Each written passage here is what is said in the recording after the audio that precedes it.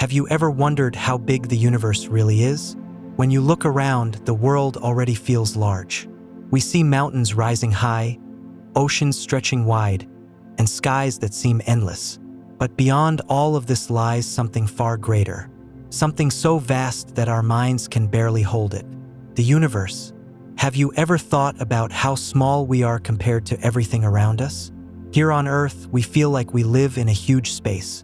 But when we step back, even just a little, we realize our planet is only one tiny world, floating in the middle of something unimaginably wide. Have you ever closed your eyes and imagined leaving the ground? Rising slowly, gently, until the houses and trees grow small. Rising higher still until whole cities fade into patterns and rivers look like lines across the land. And then, drifting further, until the Earth itself becomes round and glowing, floating in the blackness of space. From up there, Earth looks fragile and small, like a soft blue marble surrounded by dark silence. You can see the white swirls of clouds, the golden glow of deserts, and the deep blues of the oceans. It looks calm, almost like it's asleep, resting in the arms of the universe. Have you ever wondered what it means to be part of this vastness? Every person who has ever lived, every story ever told, every dream ever dreamed has happened on this little sphere. Yet the sphere itself is so tiny when compared to the stars and galaxies beyond. The universe is not just wide, it is also old, very old. When you look at a star, the light you see has been traveling for years, sometimes for thousands or even millions of years, just to reach your eyes. That means you are looking into the past, catching a gentle glimpse of a moment long gone. The stars you see are like postcards from history, arriving across the ocean of time. Have you ever noticed how peaceful space feels? Even though stars explode and galaxies collide, all of it happens so slowly, across such great spans of time, that from where we sit, it feels silent and calm. Space is not in a hurry. It has no need to rush.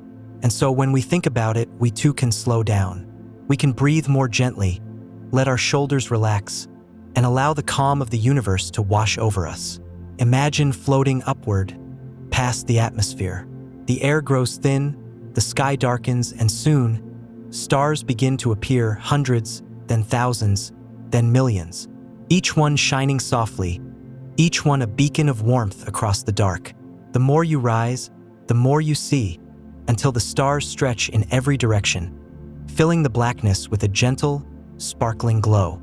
Have you ever asked yourself, where does it end? When you look out at the stars, it feels like they go on forever. Even scientists do not know if there is an edge or if space is truly infinite.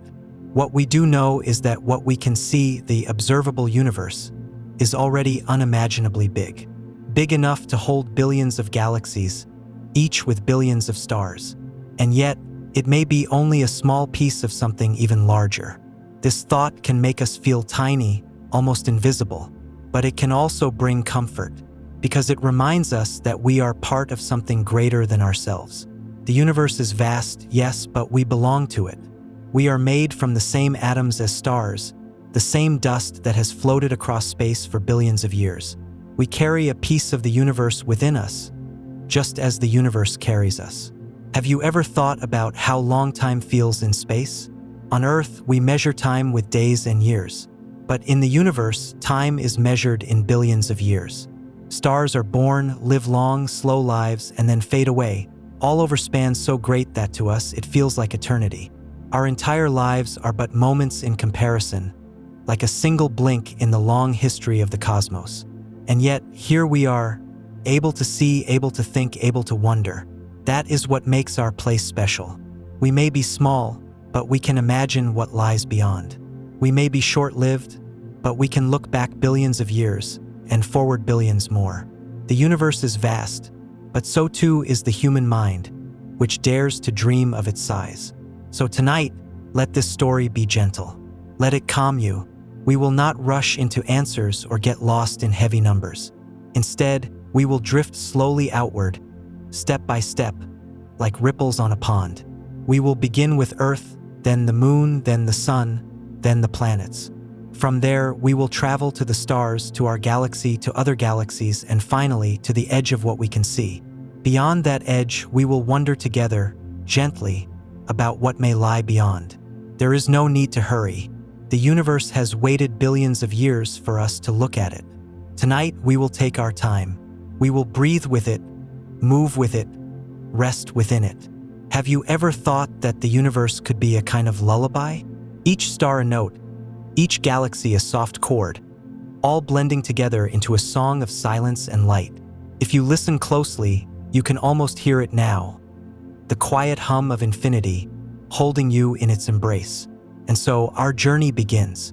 A journey from the small to the large, from the known to the unknown. A journey not just of distance, but of perspective, of wonder, of calm. Together, we will explore the vastness of space, not to solve it, but to feel it, to rest within its mystery, to drift slowly into its endless depth.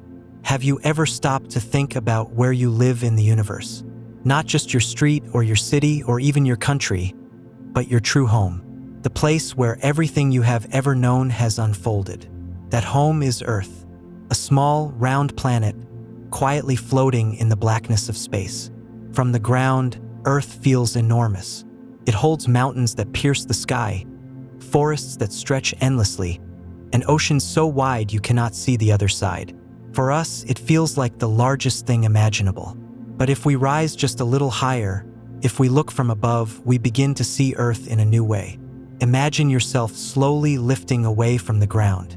At first, you see your town or city, with streets winding like ribbons, lights glowing softly, and rivers curling across the land. As you drift upward, the details blur into patterns. The forests become patches of green. The deserts turn golden. The mountains appear as wrinkles on the surface of the world. Now rise even higher. Whole continents appear, shapes you once saw on a map now alive beneath you. The great oceans shine with deep blues, broken only by the thin white trails of clouds. From this height, Earth looks peaceful. Borders vanish, cities fade. What remains is a single, glowing world, wrapped in a thin veil of air. It is in this moment you begin to realize how fragile Earth is. The atmosphere, the blanket of air we breathe, is thinner than the skin of an apple when compared to the planet itself. And yet, within this delicate layer lies everything. Our breath, our weather, our very lives. The Earth does not stand still. It spins slowly, turning day into night, night into day, in a quiet rhythm that has lasted for billions of years. As it spins, it also travels around the sun, completing one full orbit every year. These simple motions, spinning and circling, create the flow of time we live in. They bring us seasons, they shape our calendars, they guide our lives. Have you ever thought of Earth as a traveler? It is not anchored in one place. At this very moment, it is moving around the sun at about 30 kilometers per second, faster than any car, faster than any plane, carrying all of us through space. And the sun itself is moving too, around the galaxy, dragging Earth and all its planets along for the ride. Our home is never still. It is always on a journey. From far away, Earth is just one planet among many.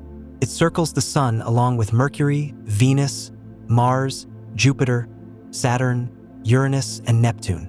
To us, Earth is special because it carries life. But from space, it appears no more or less significant than its neighbors. It is simply one pebble orbiting a star. And yet, this pebble contains everything we hold dear. Every person you have ever known. Every story, every memory, every song ever sung. All of it has happened here. That makes Earth precious.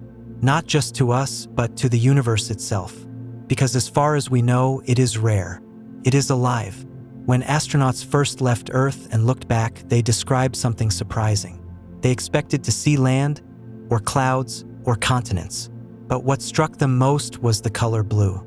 From space, Earth glows with the light of its oceans, a shining sapphire in the darkness. Against the black background, it is stunning. A tiny jewel, fragile yet radiant, drifting in the sea of space. Some astronauts even said they felt a new kind of awareness. They called it the overview effect. Looking back at Earth, they felt how small our world truly is. They saw no borders, no divisions, only one shared home. They understood, in a deep and emotional way, that humanity is one family living together on a single sphere. Have you ever wondered what it would be like to see Earth this way? To look back and feel the quiet truth that we all belong to the same place. To realize that everything, every laugh, every tear, every moment of history, fits on a single glowing ball, hanging in a silent universe? This is our place in the cosmos. Not the center, not the largest, but a home filled with life, circling a star, moving gently through space. Have you ever thought about the moon, not just as a bright light in the sky, but as Earth's faithful companion? From the surface of our world, the moon looks close, gentle, and familiar. It rises and sets, sometimes glowing silver, sometimes golden, sometimes hidden in shadow. But in truth, it is far away, about 384,000 kilometers from Earth. To us, that distance sounds enormous, but in cosmic terms, the moon is just around the corner. If you could drive to the moon in a car moving at highway speed, it would take more than 4 months to get there. And yet, the moon is still our closest neighbor. It pulls on our oceans, creating the rhythm of tides. It steadies Earth's tilt, keeping our seasons balanced. It has been with us for billions of years, shaping our history, our myths, and even our dreams. Have you ever imagined looking back at Earth from the moon's surface? Astronauts who walked there said the sight was unforgettable. They saw a small, glowing Earth hanging in the black sky, a blue and white sphere, bright and delicate. From the moon, Earth looks tiny, but it also looks alive. And in that tiny sphere lies everything. Every ocean, every forest, every person. To see Earth from the moon is to see it as it truly is, a fragile island in the vastness of space. Now let us step back a little more. Earth is not alone encircling the sun. It is one planet in a family of 8. If we compare Earth to its neighbors, its uniqueness becomes clear. Mercury, the smallest, is scorched by the sun's heat, its surface baked and lifeless. Venus, wrapped in thick clouds, is a furnace, hotter than an oven, with air so heavy and toxic that nothing we know could survive there. Mars, the red world, is cold and dry, with hints of water locked in ice, but no seas, no forests, no oceans that sing with life. And then comes Earth, not too hot, not too cold, covered in liquid water, wrapped in a gentle atmosphere, filled with green lands and endless blue seas. Scientists sometimes call it the Goldilocks planet, because it is just right. Out of all the places in our solar system, Earth alone blooms with life. Have you ever wondered why Earth has life when its neighbors do not? Part of the answer lies in its distance from the sun. It sits in what scientists call the habitable zone, the sweet spot where liquid water can exist. Too close and water would evaporate. Too far and it would freeze. Earth rests in the middle, where oceans can flow, clouds can form, and rain can fall. But there is more. Earth's atmosphere is special. It shields us from harmful radiation, keeps us warm, and provides the oxygen we breathe. Without it, our world would be barren like the moon or Mars. And beneath our feet, Earth's magnetic field forms an invisible shield, protecting us from the charged particles that stream from the sun together. These protections allow life not just to survive, but to flourish. When you look at Earth compared to its neighbors, it feels like a miracle. A planet covered with rivers and forests, where birds fly and humans dream, set among worlds that are silent, frozen, or burning. In the stillness of space, Earth is alive. Have you ever imagined how Earth might look to a traveler from far away? If another being on another world had a telescope powerful enough to see us, what would they notice? They would see a small, glowing sphere circling a star. They might see the reflection of oceans, the whiteness of clouds, the shifting greens and browns of continents. Perhaps, if their eyes were sharp enough, they might even see the lights of our cities glittering at night. To them, Earth might look like a jewel, a rare gem shining in the dark. And indeed, that is what it is. A rare, precious place, filled with life in a universe that often seems empty. When astronauts looked back from space, Many said they felt something change inside them. They felt a deep connection, not just to their country, not just to their people, but to the whole planet. They saw no borders, no divisions. Only one world, one home, shared by all. Have you ever felt that connection when looking at Earth on a map or globe? Imagine it now, but from the quiet of space. Imagine holding the whole world in your sight, knowing that every heartbeat, every song, every story is unfolding on that small sphere. It is a humbling thought, but also a comforting one, because it reminds us that no matter how vast the universe may be, we have a place within it. We belong to this world. Our home is Earth, a fragile marble floating in the darkness, a traveler circling the sun, spinning through the galaxy, carried by forces far larger than ourselves. And yet, within it, there is warmth, there is light, there is life. Earth is small, yes, but it is precious beyond measure. Have you ever thought of Earth as a traveler? It is easy to imagine our planet as still, unmoving, holding us in place. But the truth is far more wondrous. Earth is always moving, turning on its axis, circling the sun, and drifting with the galaxy through the vastness of space. Every 24 hours, Earth completes one full turn, giving us day and night. This rotation has been steady for billions of years, like a gentle heartbeat marking the rhythm of our days. We wake, we rest, we live our lives to this slow spinning. And yet, while we go about our ordinary routines, Earth is carrying us through space at tremendous speeds. Around the sun, Earth moves at nearly 30 kilometers every second. That is more than 100,000 kilometers every hour. In just one day, our planet has traveled more than 2 million kilometers along its orbit. And yet, we do not feel it. We do not hear it. The movement is silent, smooth, and constant. Like a ship gliding through a calm sea, Earth carries us without pause, year after year. Have you ever thought about how carefully balanced this orbit is? If Earth were much closer to the sun, our world would scorch. If it were farther away, it would freeze. But here, at this perfect distance, warmth and water can exist together. Life can bloom. It is as though Earth found just the right path through the sky, not too near, not too far, circling in a way that has allowed life to grow for billions of years. And this orbit is not a simple circle. It is a long, gentle oval, tilting slightly as it moves. This tilt gives us our seasons. The sun climbs higher in summer, lower in winter, bringing warmth, then coolness, then warmth again. It is another rhythm, another slow dance of the Earth that guides the flow of life. Plants bloom, rivers rise, animals migrate, all in tune with Earth's steady path around its star. But the journey does not end there. The sun itself is moving, carrying Earth and all its planets along. Our solar system drifts around the center of the Milky Way galaxy at nearly 800,000 kilometers per hour. To make a single orbit of the galaxy takes more than 200 million years. Imagine that, since the time of the dinosaurs, Earth has completed only one lap around the galaxy. The entire history of human beings has unfolded in just a fraction of that journey. Have you ever pictured what this means? We are not standing still under the stars. We are riding on a world that spins, orbits, and drifts endlessly through space. At this very moment, as you breathe, Earth is carrying you around the sun, while the sun carries you around the galaxy, and the galaxy itself is moving with countless others, expanding ever outward. You are always traveling, always moving, though it feels like you are resting. And yet, even with all this motion, there is calm. The speeds are enormous, but the journey feels smooth and quiet. There is no turbulence, no shaking. Earth glides along its path with grace, like a ship sailing in silence across a vast, dark ocean. From a cosmic point of view, Earth is not unusual. There may be billions of planets like it, circling stars across the universe. And yet, for us, Earth is everything. It is both ordinary and extraordinary.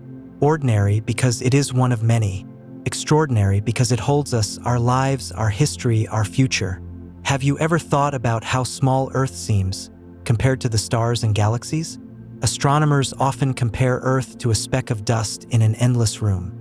And yet, it is a dust speck filled with forests, oceans, music, laughter, and love. To the universe, we may be small, but to us, Earth is vast enough to hold all the beauty we know. This is our place in the cosmos. Not the center, not the largest, not the brightest, but a small, blue world, alive in the quiet sea of space. A planet that spins and circles, carried on great currents of motion, yet still feels steady beneath our feet. A home where we rise, live, and rest, even as the universe unfolds around us. And so, as we begin our journey outward, we remember, before we can understand the size of the universe, we must first see our own place within it. Earth is where we belong, a tiny but shining home, drifting in the vastness, carrying us gently through the silence of space. Have you ever wondered what the word big truly means? On Earth, we often use it in simple ways. A mountain is big compared to a house. An ocean is big compared to a lake. A city feels big compared to a small village. But when we step outside Earth and look into the universe, the meaning of big begins to stretch far beyond anything we know. Think for a moment about the tallest mountain on Earth, Mount Everest. It rises about 9 kilometers above sea level. To us, that is massive, a challenge that only the strongest climbers can face. And yet, compared to Earth's size, it is only a tiny bump. Our planet's diameter is over 12,700 kilometers. That means Everest is less than a scratch on the surface.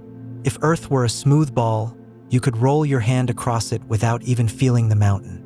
Now think about distance. To us, 100 kilometers feels long. A car trip of 500 kilometers feels like a journey. An airplane crossing 10,000 kilometers from one side of the world to the other feels enormous. And yet, the distance from Earth to the Moon is nearly 400,000 kilometers, 40 times the length of that airplane journey. Suddenly, what once felt big seems small. Have you ever noticed how our sense of size changes depending on what we compare it to?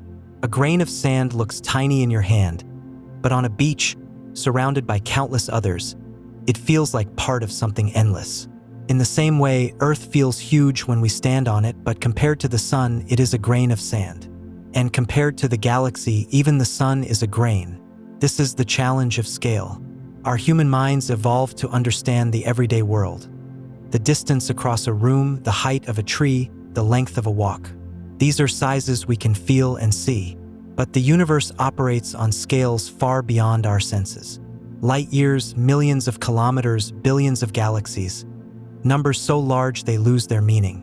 Have you ever tried to picture a light year? It is the distance light travels in 1 year, about 9.5 trillion kilometers.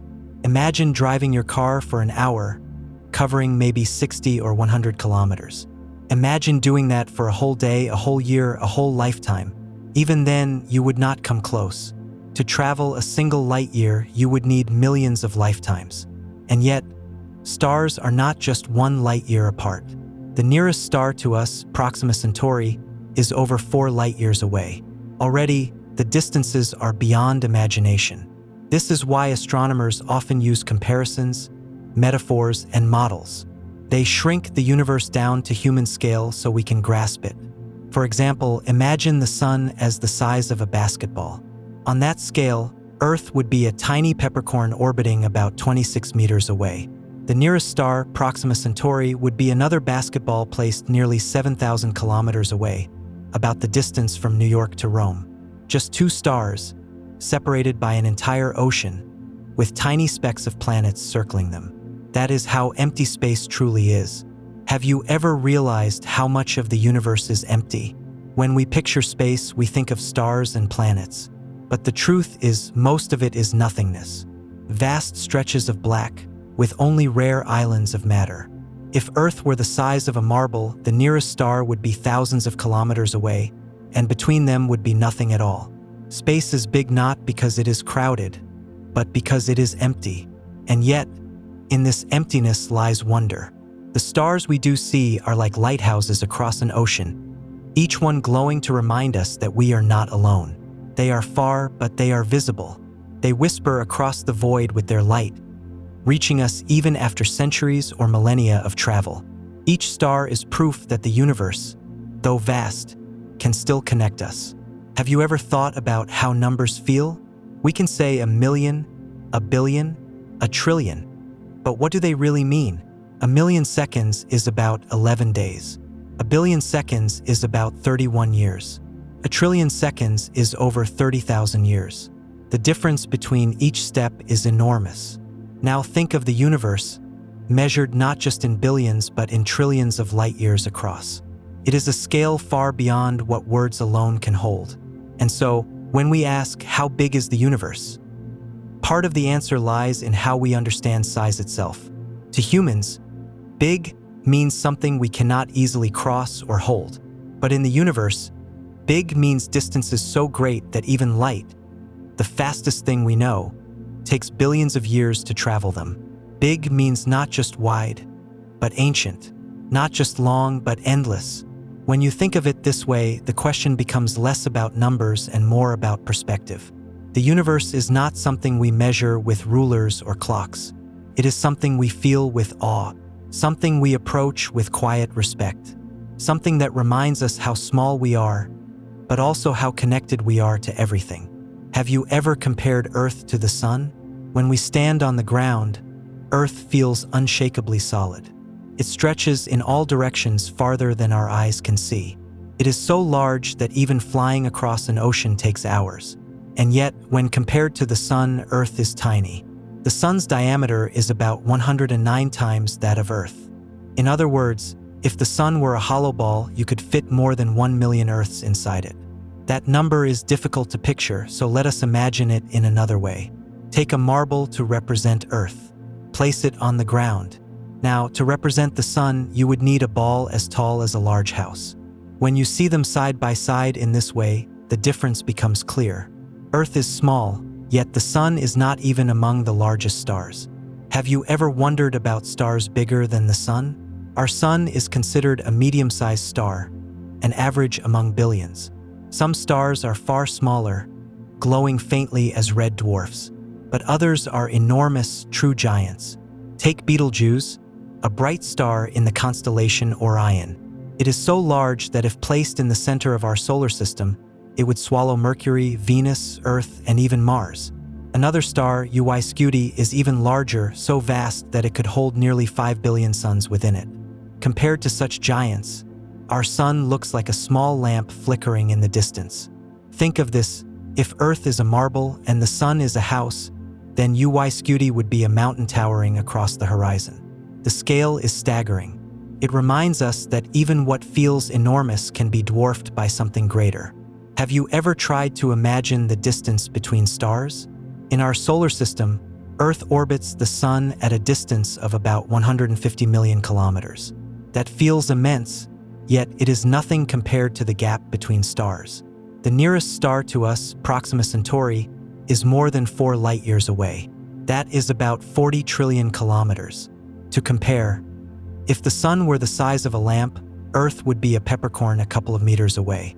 The nearest star? Another lamp placed thousands of kilometers away. Between them, nothing but space. This is the true nature of the cosmos. Objects that are vast in themselves, separated by distances even more vast. Space is not crowded. It is stretched thin, like a desert where oases are scattered far apart. Have you ever wondered about galaxies? If a star is like a lamp, a galaxy is like a whole city of lights. Our galaxy, the Milky Way, holds between 100 and 400 billion stars. Imagine standing on a hill at night, looking at a city glowing in the distance. Each star in the galaxy is like one of those lights, shining in its own place, forming a glowing river across the sky. And yet, even galaxies can feel small compared to the larger structures of the universe. Andromeda, our neighboring galaxy, contains about 1 trillion stars. The two galaxies are rushing toward each other and will collide in about 4 billion years, merging into a single, larger galaxy. Beyond them lies the Virgo cluster, with thousands of galaxies bound together by gravity. Beyond that, superclusters stretch like continents across the cosmic sea. Have you ever thought about how to imagine these sizes? Because our minds cannot easily grasp such numbers, scientists use models. They shrink the universe down so we can picture it. For example, imagine the entire Milky Way galaxy shrunk to the size of a dinner plate. On this scale, the Andromeda Galaxy would be another plate sitting about 2.5 meters away. Now imagine placing hundreds of plates across a floor, each representing a galaxy in the Virgo cluster. Step back, and you would see a great patchwork of plates filling the room. That is how galaxies fill the universe, spread wide, glowing faintly, yet bound together into larger shapes. And here is something even more humbling. As vast as galaxies are, they are not the end. They gather into filaments and walls, forming patterns across the entire observable universe. These structures span billions of light years.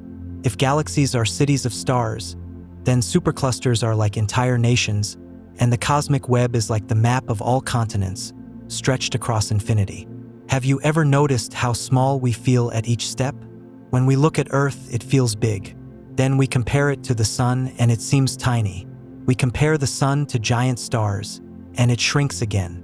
We compare stars to galaxies, and they are reduced to sparks. And finally, galaxies themselves become dots in the cosmic web.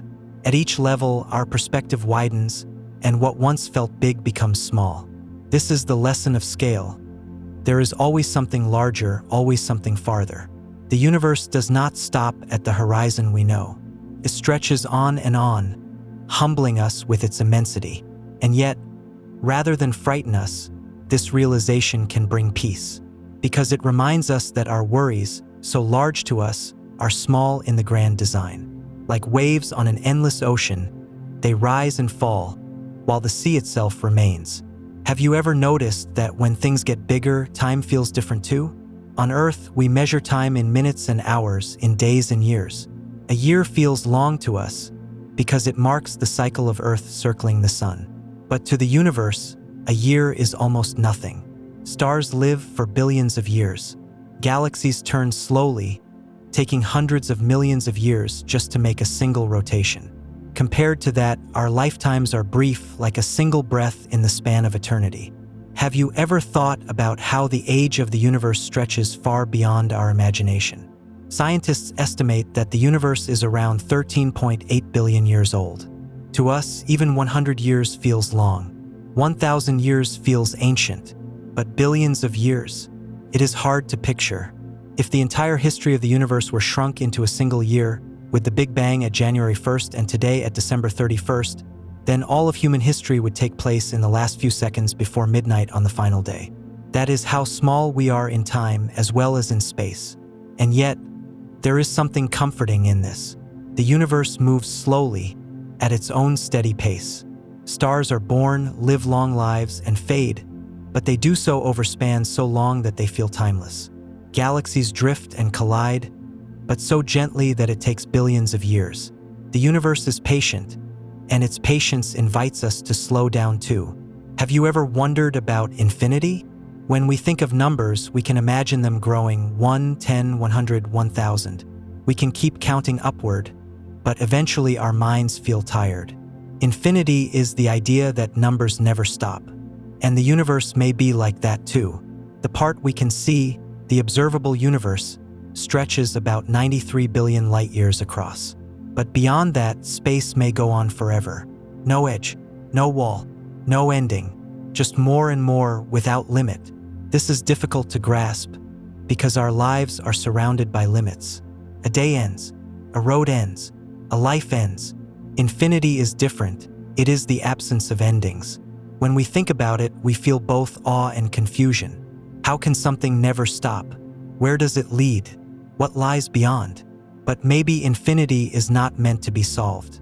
Maybe it is meant to be felt, like standing by the ocean and watching waves roll without end. You do not need to see the other side to know that it is vast. You do not need to measure every drop of water to feel its immensity. In the same way, you do not need to know how far the universe stretches to feel its endlessness. Have you ever realized how scale brings humility? When we stand on Earth, our daily concerns feel big. We worry about tomorrow, about small troubles, about things that fill our minds. But when we step back, first to the moon, then to the planets, then to the stars, we see how small those worries are compared to the universe. This does not mean they do not matter. They matter deeply to us, but it reminds us that they are not permanent. They are waves in a larger sea, and the sea is calm, vast, and enduring. This perspective can bring peace. It can remind us that we are part of something greater, something older, something endless. We may be small, but we are not alone. We belong to a universe that is big enough to hold everything, yet close enough to live within us, in every atom of our being. Have you ever thought that you are made of stars? Sounds poetic, but it is true. The atoms in your body, your bones, your blood, your breath, were forged in stars long ago. When those stars exploded, they scattered their elements across space, and over time, those elements came together to form new stars, planets, and eventually you. You are a child of scale, small in size, yet connected to the largest processes of the cosmos. And so, when we ask, what does big really mean? The answer is not just numbers. It is perspective. Big means larger than we can see, bigger than we can count, bigger than we can hold in our minds. But it also means connection, because even though the universe is vast, we are tied to it. We live inside it. We are made of it. Have you ever closed your eyes and imagined drifting in this immensity? Picture yourself floating, weightless, surrounded by stars. Each one is far away, yet you can see them, like soft lanterns across a dark meadow. They stretch endlessly in every direction, glowing quietly, peacefully. You do not need to reach them. You do not need to measure them. It is enough just to drift, to breathe, to rest within their glow. And that is what scale gives us. Not fear, but wonder. Not confusion, but calm. It shows us that the universe is larger than we can ever imagine, and that this is beautiful. It means there will always be mystery, always something beyond, always a horizon that invites us to dream. Have you ever wondered what it must have been like to look at the sky thousands of years ago? Imagine standing in a quiet desert or on a mountaintop long before there were cities or streetlights. The night sky would not just hold a few stars. It would be overflowing with them, rivers of light, shining so brightly that they would cast shadows on the ground. In those days, the universe felt even closer. People did not have telescopes, satellites, or maps of the stars. All they had were their eyes, their imagination, and their questions. Have you ever noticed how naturally we look for patterns? When ancient people gazed upward, they did not see random dots. They connected the stars into shapes, animals, hunters, gods, and stories. These shapes became constellations, and the constellations became guides.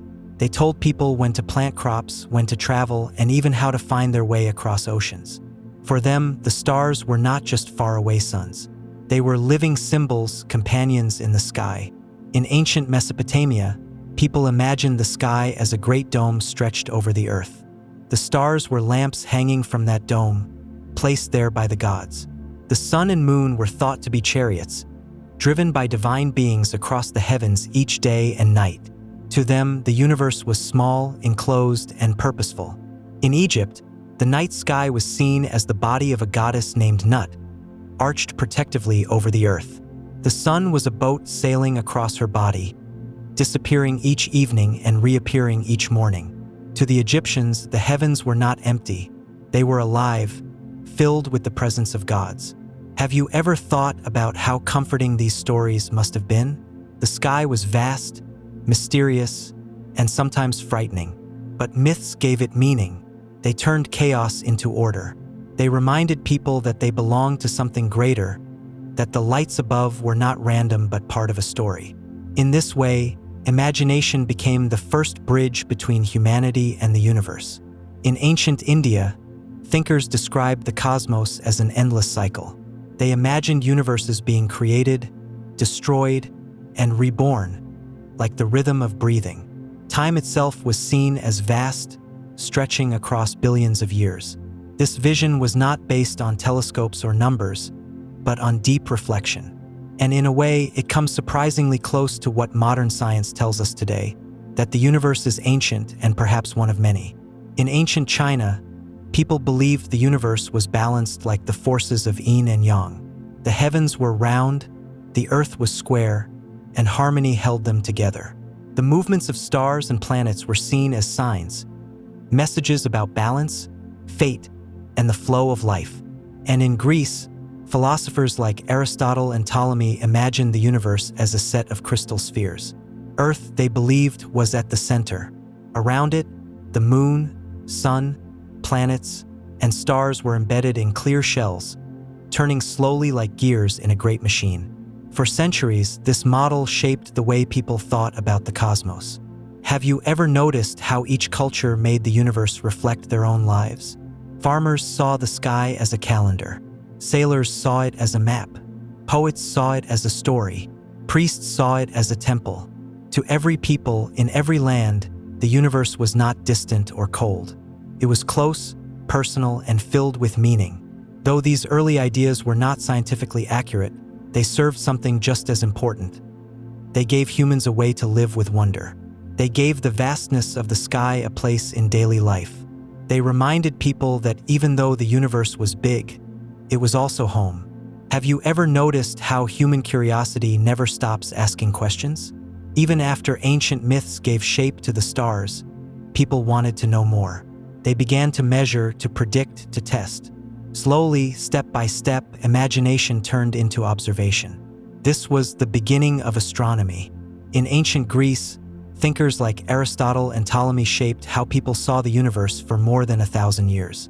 They imagined Earth as the center of everything, solid and unmoving, while the sun, moon, planets, and stars circled around it. To them, this felt natural. When you stand on the ground, it does not feel like Earth is spinning or flying through space. The sky seems to move instead. And so, the Earth-centered model fit both experience and belief. Ptolemy refined this idea in the 2nd century.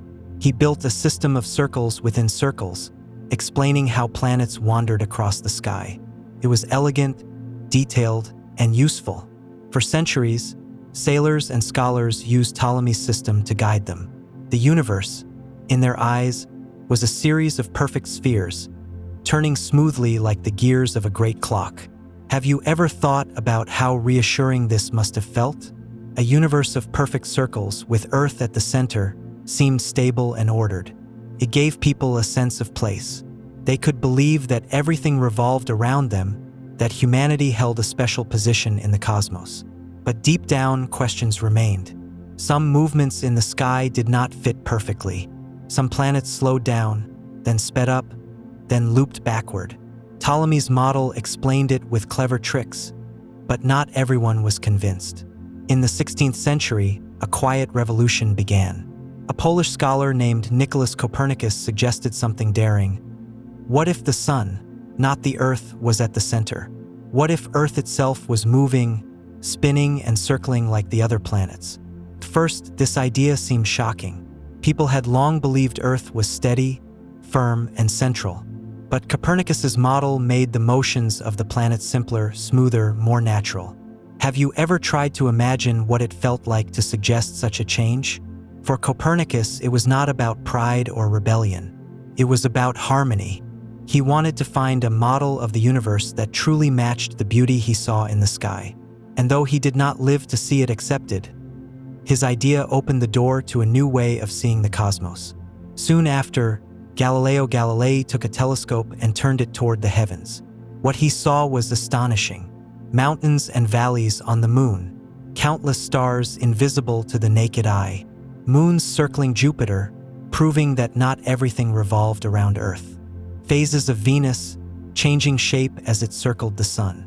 Each discovery chipped away at the old belief that Earth was the unmoving center. Have you ever looked through a telescope? Even a small one brings the sky closer, revealing craters, rings, or tiny points of light that suddenly become whole worlds. For Galileo, this was more than science. It was wonder. He described the moon as a world like ours, the stars as countless suns, the universe as far larger than anyone had imagined. For sharing these truths, he faced resistance and even punishment. Yet the shift had already begun. Humanity was starting to see itself not at the center, but as part of something vast.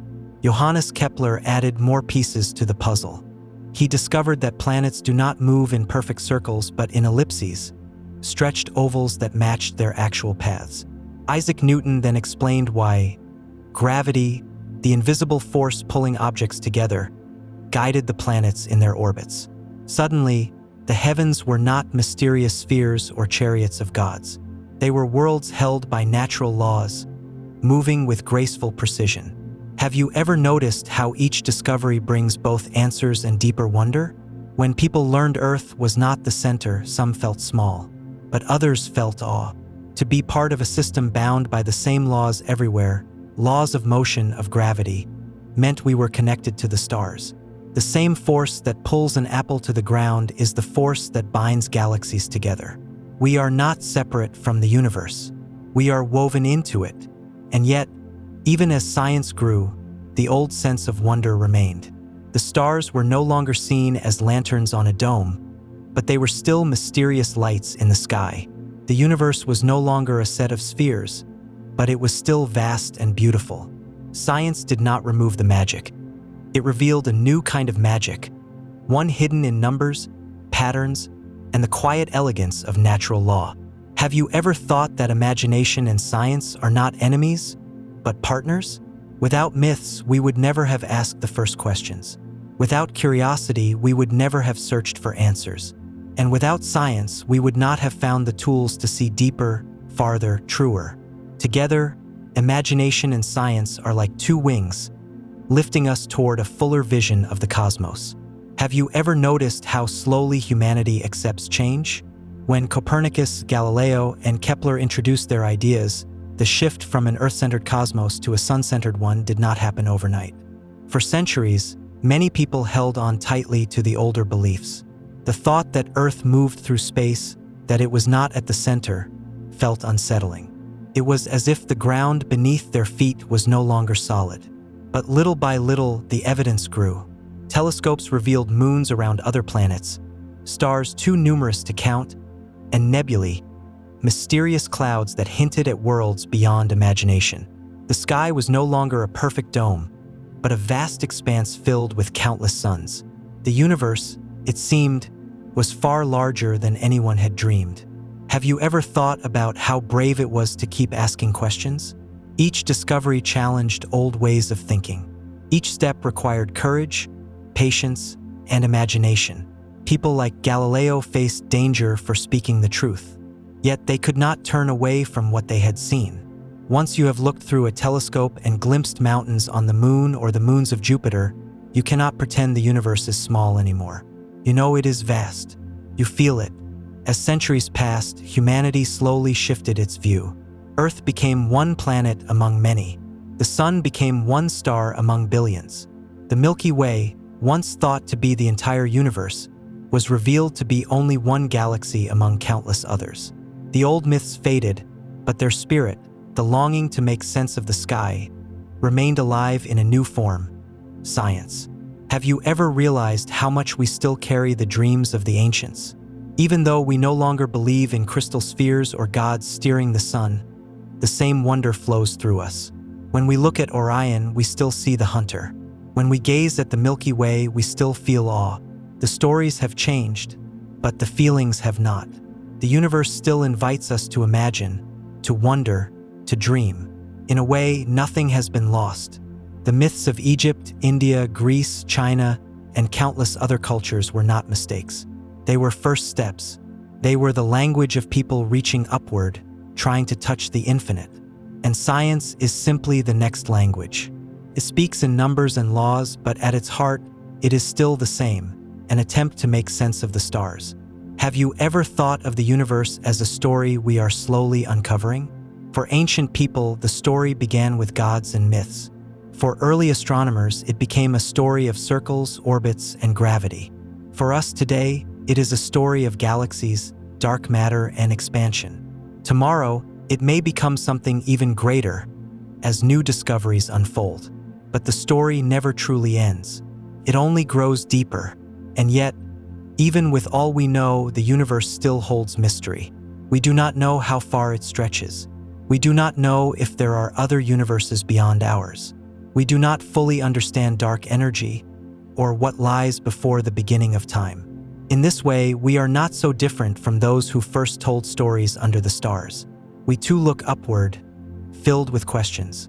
We too search for meaning. Have you ever closed your eyes and imagined yourself as part of this long chain of dreamers?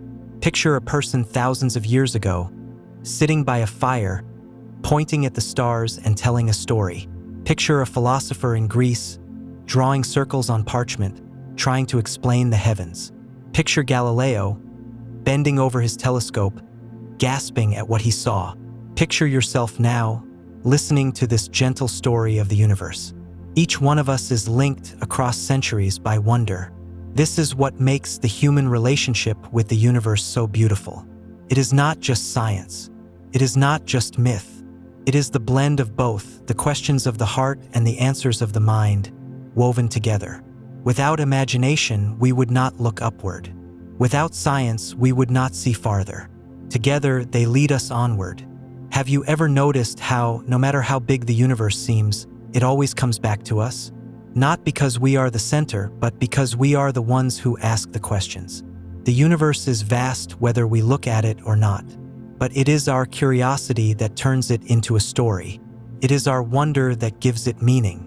We are small, yes, but our minds are wide enough to hold galaxies.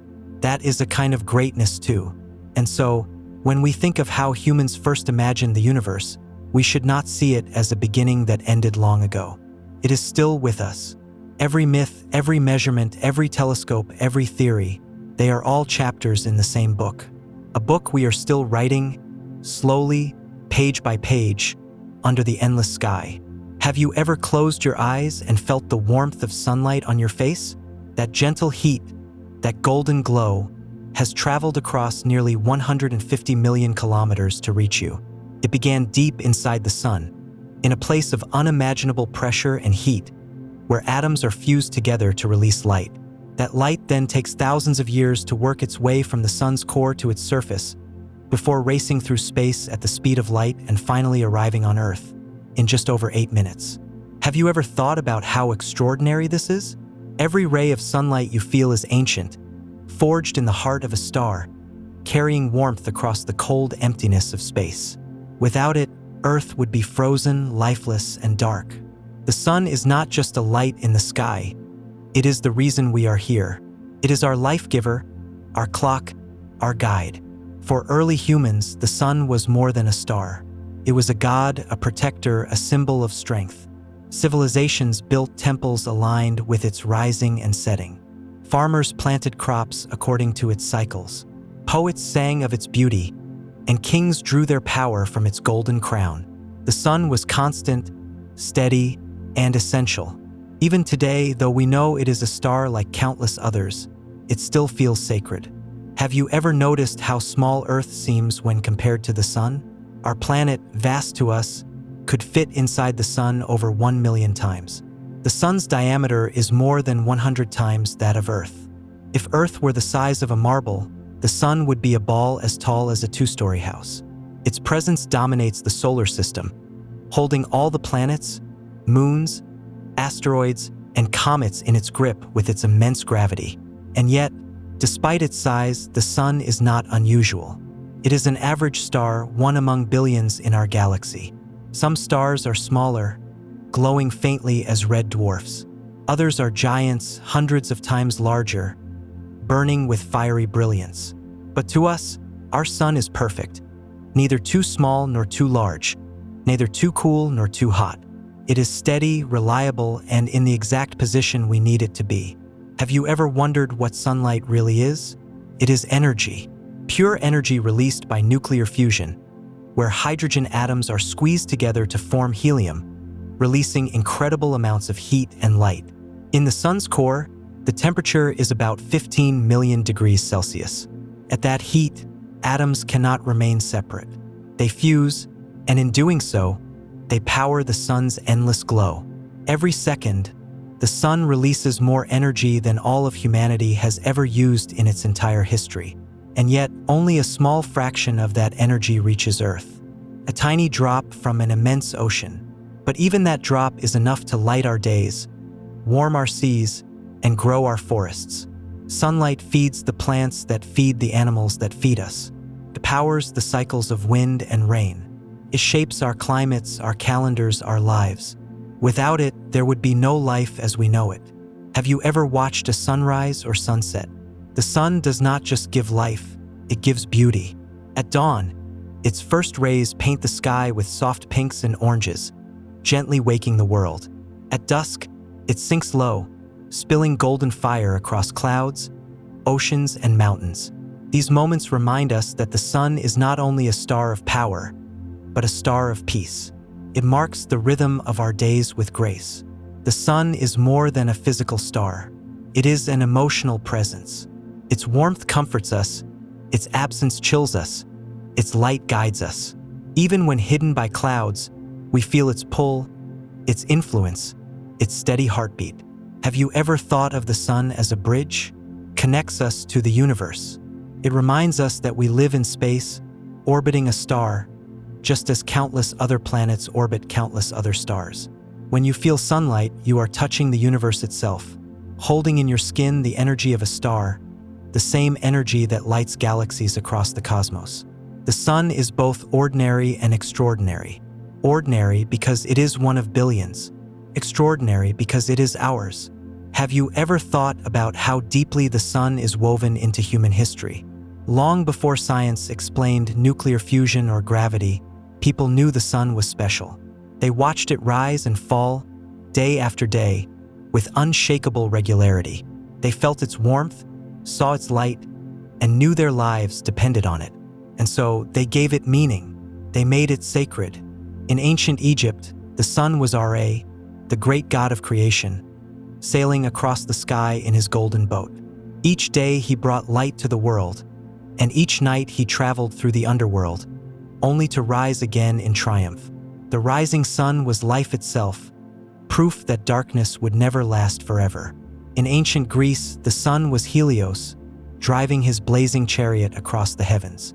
His horses galloped from east to west, pulling daylight with them. To the Greeks, the sun's journey was a reminder of strength, endurance, and order. In Japan, the sun became Amaterasu, the goddess of light.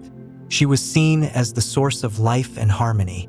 Even today, Japan is called the land of the rising sun, carrying the memory of this ancient reverence. Have you ever noticed how every culture gave the sun a story? The Inca of South America built temples to the sun god Inti, honoring him with festivals and golden treasures. In India, the sun was Surya, a radiant deity riding a chariot drawn by 7 horses, each horse representing a day of the week. Native American tribes told stories of the sun as a powerful spirit, watching over all life below. These stories, though different, carried the same truth. People everywhere knew the sun was life. They may not have known about atoms or fusion, but they understood its importance with their hearts. They rose with it, worked beneath it, and prayed for its return after each sunset. Have you ever thought about how the sun shaped time itself? Before clocks or calendars, people measured their lives by the sun. Its rising marked the beginning of the day. The setting marked the end. Shadows cast by sticks or stones became the first sundials, tracing hours by the movement of light. Entire calendars were built on the sun's path. Its higher climb in summer, its lower arc in winter, its return at the solstice.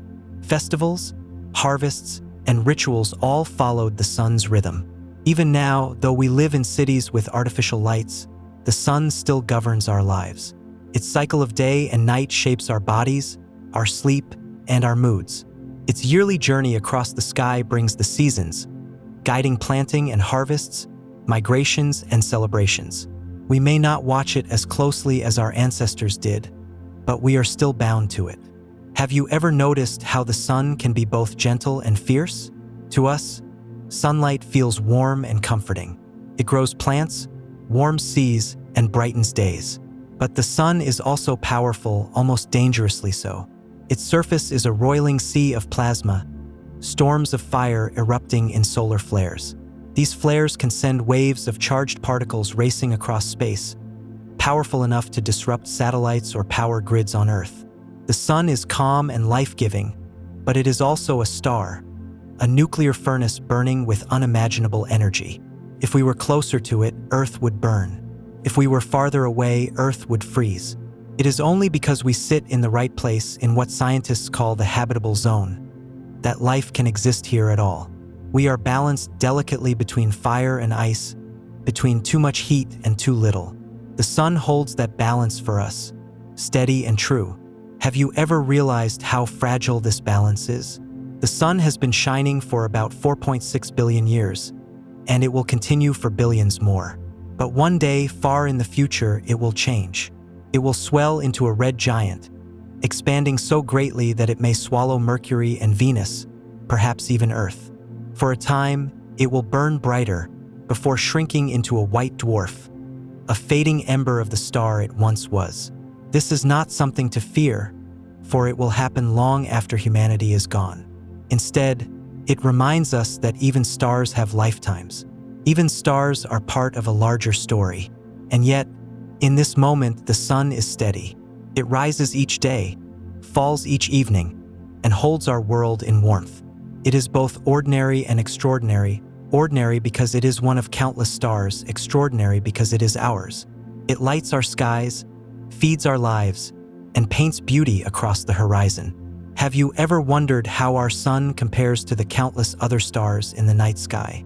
When we look upward, the stars appear small and faint, while the sun seems overwhelmingly bright. But that is only because of distance. The sun is close, our neighbor in the galaxy, while the stars are far, so far that even light, the fastest thing we know, takes years to reach us. In truth, the sun is not unusual. It is a medium-sized star called a yellow dwarf. Among the billions of stars in the Milky Way, many are smaller, some are larger, but our sun sits comfortably in the middle. Some stars, like red dwarfs, are tiny compared to the sun. They glow faintly, burning slowly, and may live for trillions of years. Others, like blue giants, shine fiercely, far larger and brighter than the sun, but live only for a few million years before burning out.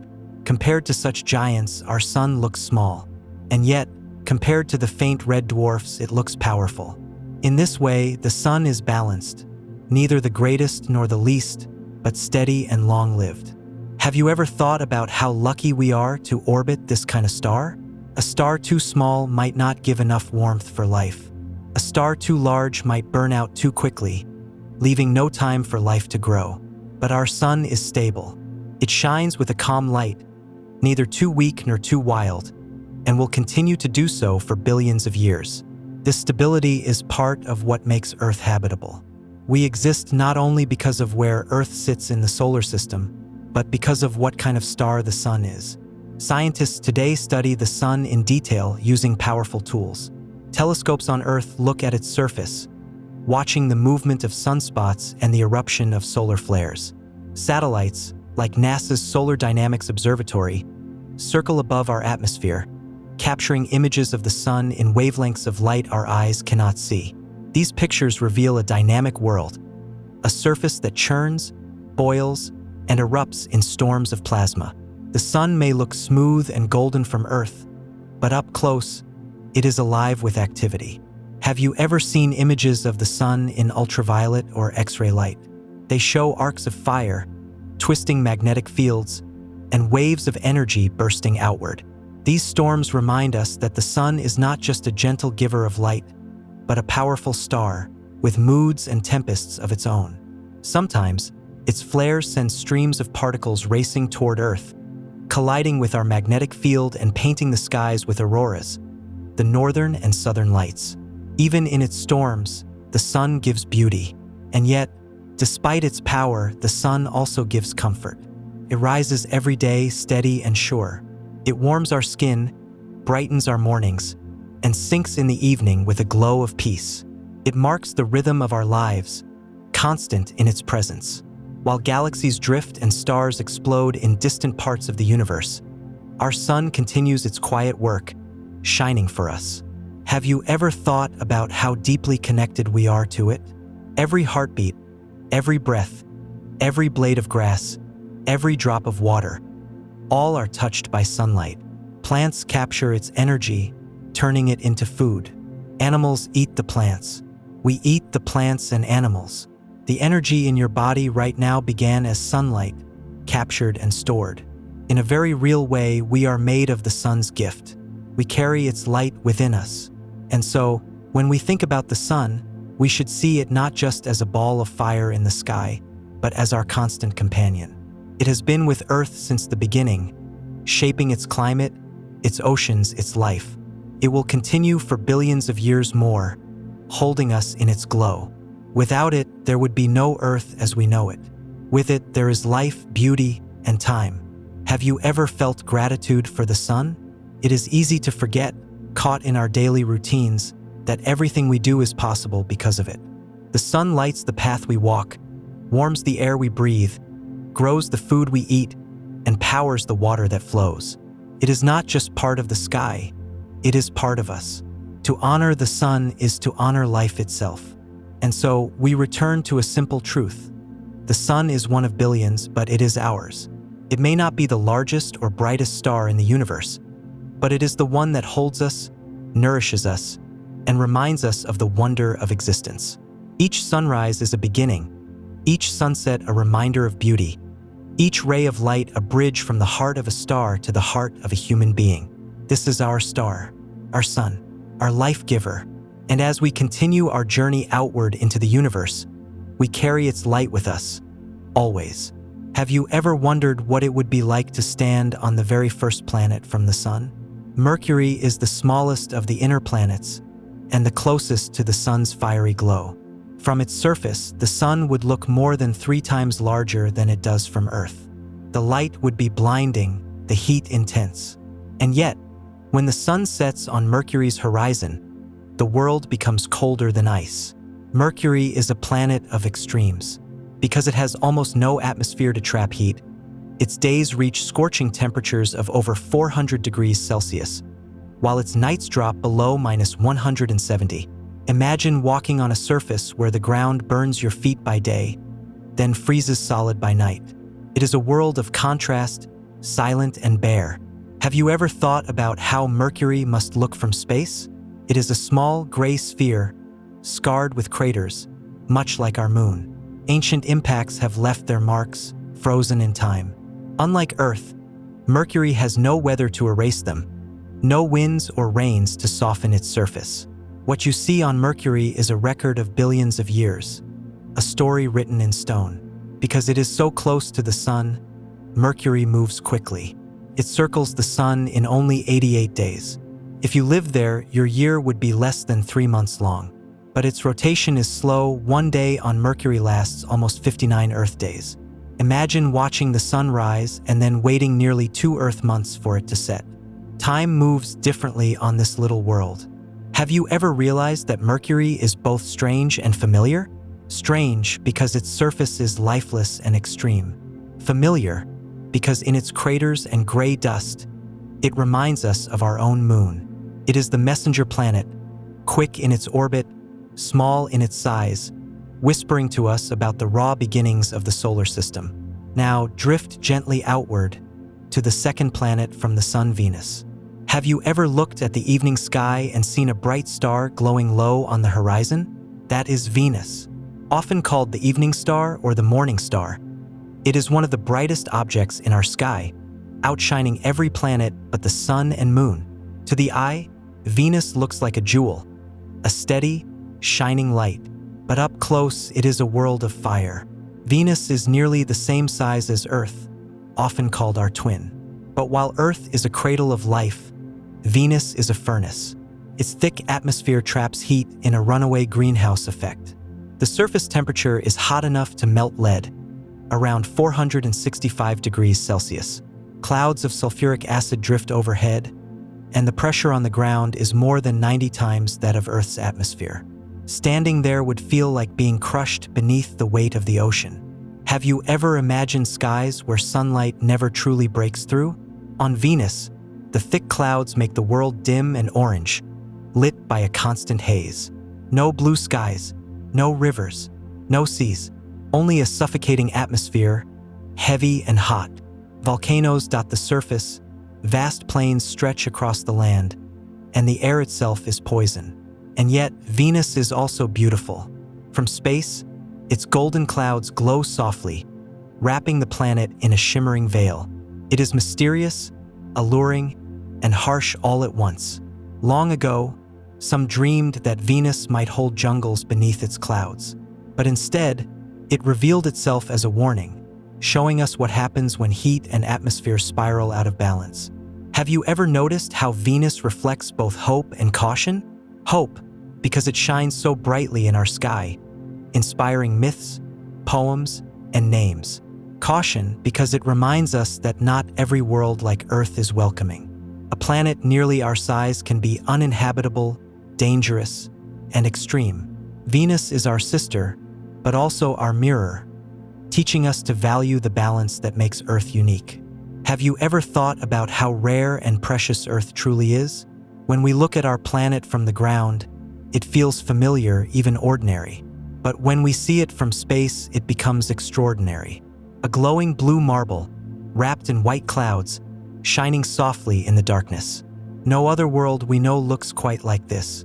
Earth is the third planet from the Sun, sitting at just the right distance, neither too close nor too far. Scientists call this the habitable zone. But to us, it feels like balance.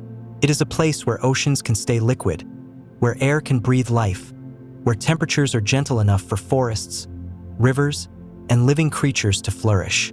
Have you ever noticed how everything on Earth seems connected? The sun warms the oceans feed the clouds bring rain, the rain feeds the plants, and the plants feed us. From the smallest insect to the tallest mountain, all things are woven into one web. Earth is not just a planet, it is a living system. The surface is in constant motion. Continents drift slowly on tectonic plates, shaping mountains and valleys. Volcanoes rise and fall. Oceans shift and carve the land. Even the ground beneath your feet is moving, though so slowly you cannot feel it. Earth is alive in ways that go beyond plants and animals. It breathes, shifts, and grows. Have you ever felt the comfort of knowing that Earth is just right? The air here is gentle, a mix of oxygen and nitrogen that keeps us alive. The magnetic field shields us from the harsh winds of the sun. The tilt of Earth's axis gives us seasons, painting our year with variety and rhythm. Earth is balanced in ways that allow life not just to exist, but to thrive. And yet, Earth is not invincible. Like Venus, it could change. Its atmosphere is delicate, its systems sensitive. It is up to us to care for it, to keep this balance steady. Because while the universe may hold billions of planets, for us, there is only one Earth. Now, let us drift outward one more step, to the fourth planet from the Sun, Mars. Have you ever looked at the night sky and noticed a reddish point of light glowing steadily among the stars? That is Mars. To the eye, it is a spark of fire, small yet noticeable, its color unlike any other planet. For thousands of years, people saw it as a symbol of strength, war, and energy. To us today, it is a neighbor, a world close enough to dream of visiting. Mars is smaller than Earth, about half its size. Its surface is cold and dry, covered with deserts, mountains, and canyons. The largest volcano in the solar system, Olympus Mons, rises there, 3 times taller than Mount Everest. A canyon called Valles Marineris stretches across Mars, long enough to span the entire United States. Mars may be small, but its landscapes are grand. Have you ever imagined standing on its surface? The sky above you would not be blue, but a pale pink, tinted by dust in the thin atmosphere. The sun would look smaller than it does on Earth, the air too thin to breathe. You would see rocks, dunes, and the faint glow of Earth itself, shining as a bright star in the Martian sky. Mars is cold, its average temperature is far below freezing. And yet, signs suggest that long ago, water once flowed across its surface. Rivers carved valleys, lakes may have filled craters, and perhaps oceans once spread wide. If Mars once had water, could it also have had life? That question still lingers today, waiting for answers. Have you ever wondered why Mars feels so close to our imagination? Perhaps it is because it is near enough to reach. Robotic explorers have already landed there, sending back pictures and samples. One day, humans may walk on its dusty plains. It feels like a frontier, a place that is barren, but also full of possibility. A place where life might once have been, and where life from Earth might one day arrive.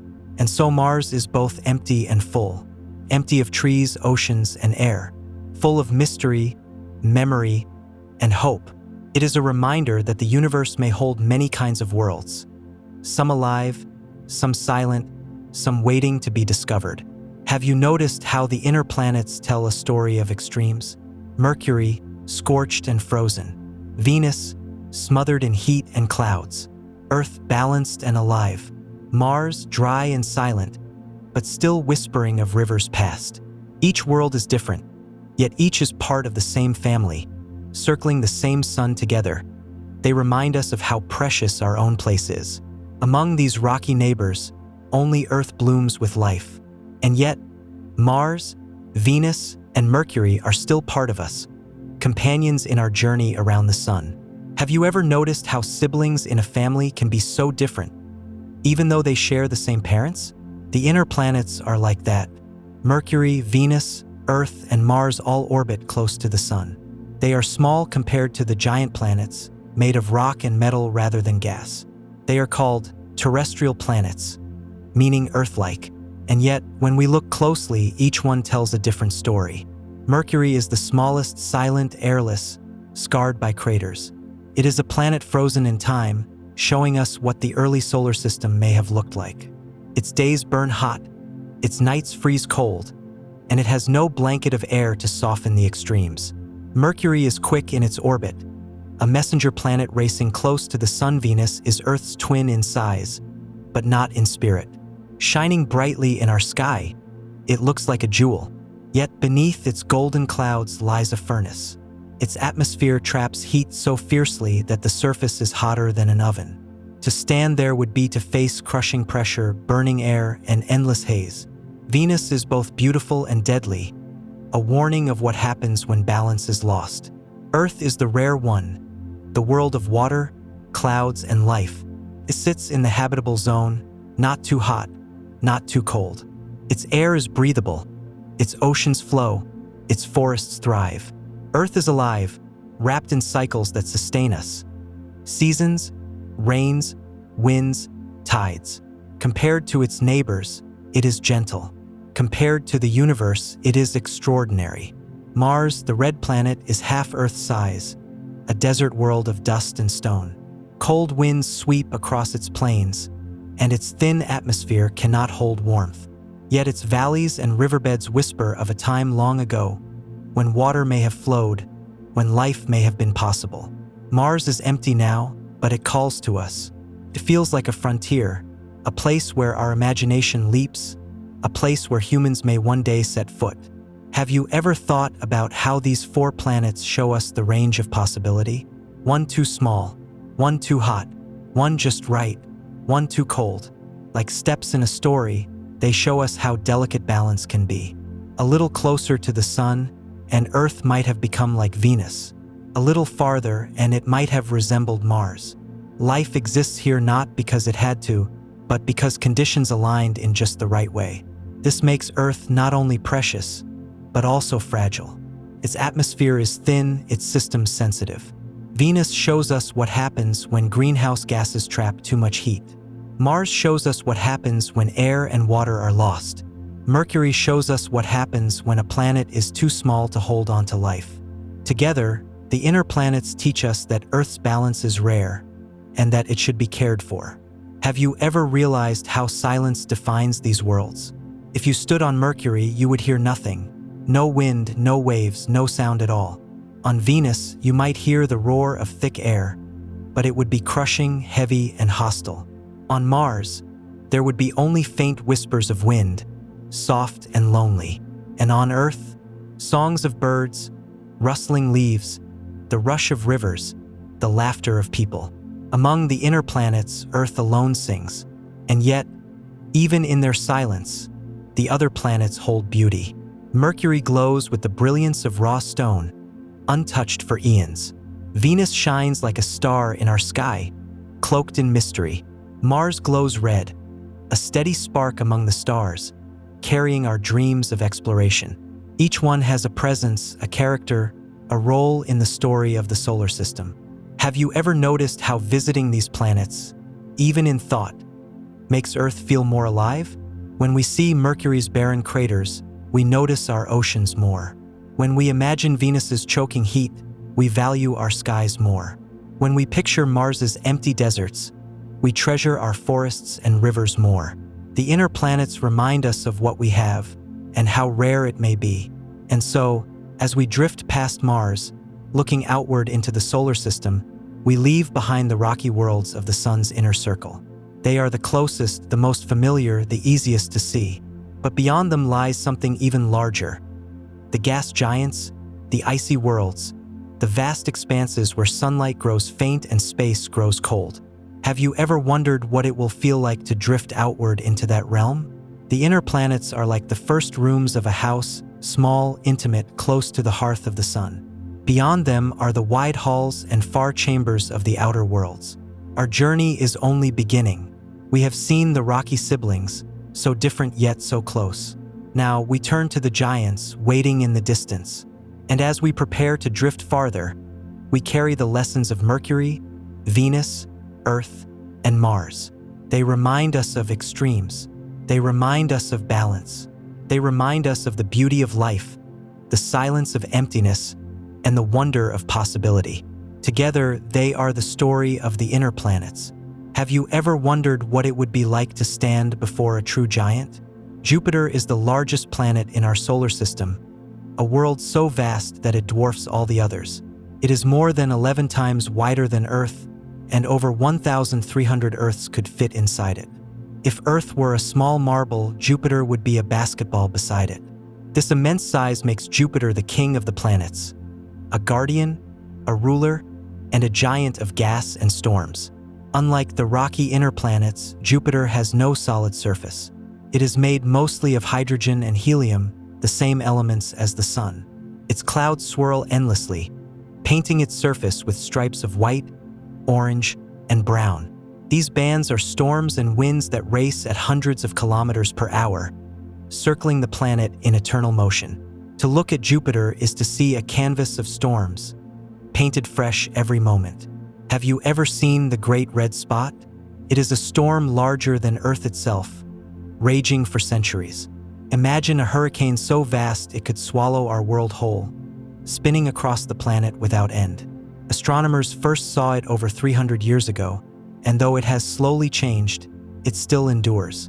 To gaze at the Great Red Spot is to glimpse the raw, untamed power of nature, magnified on a scale beyond comprehension.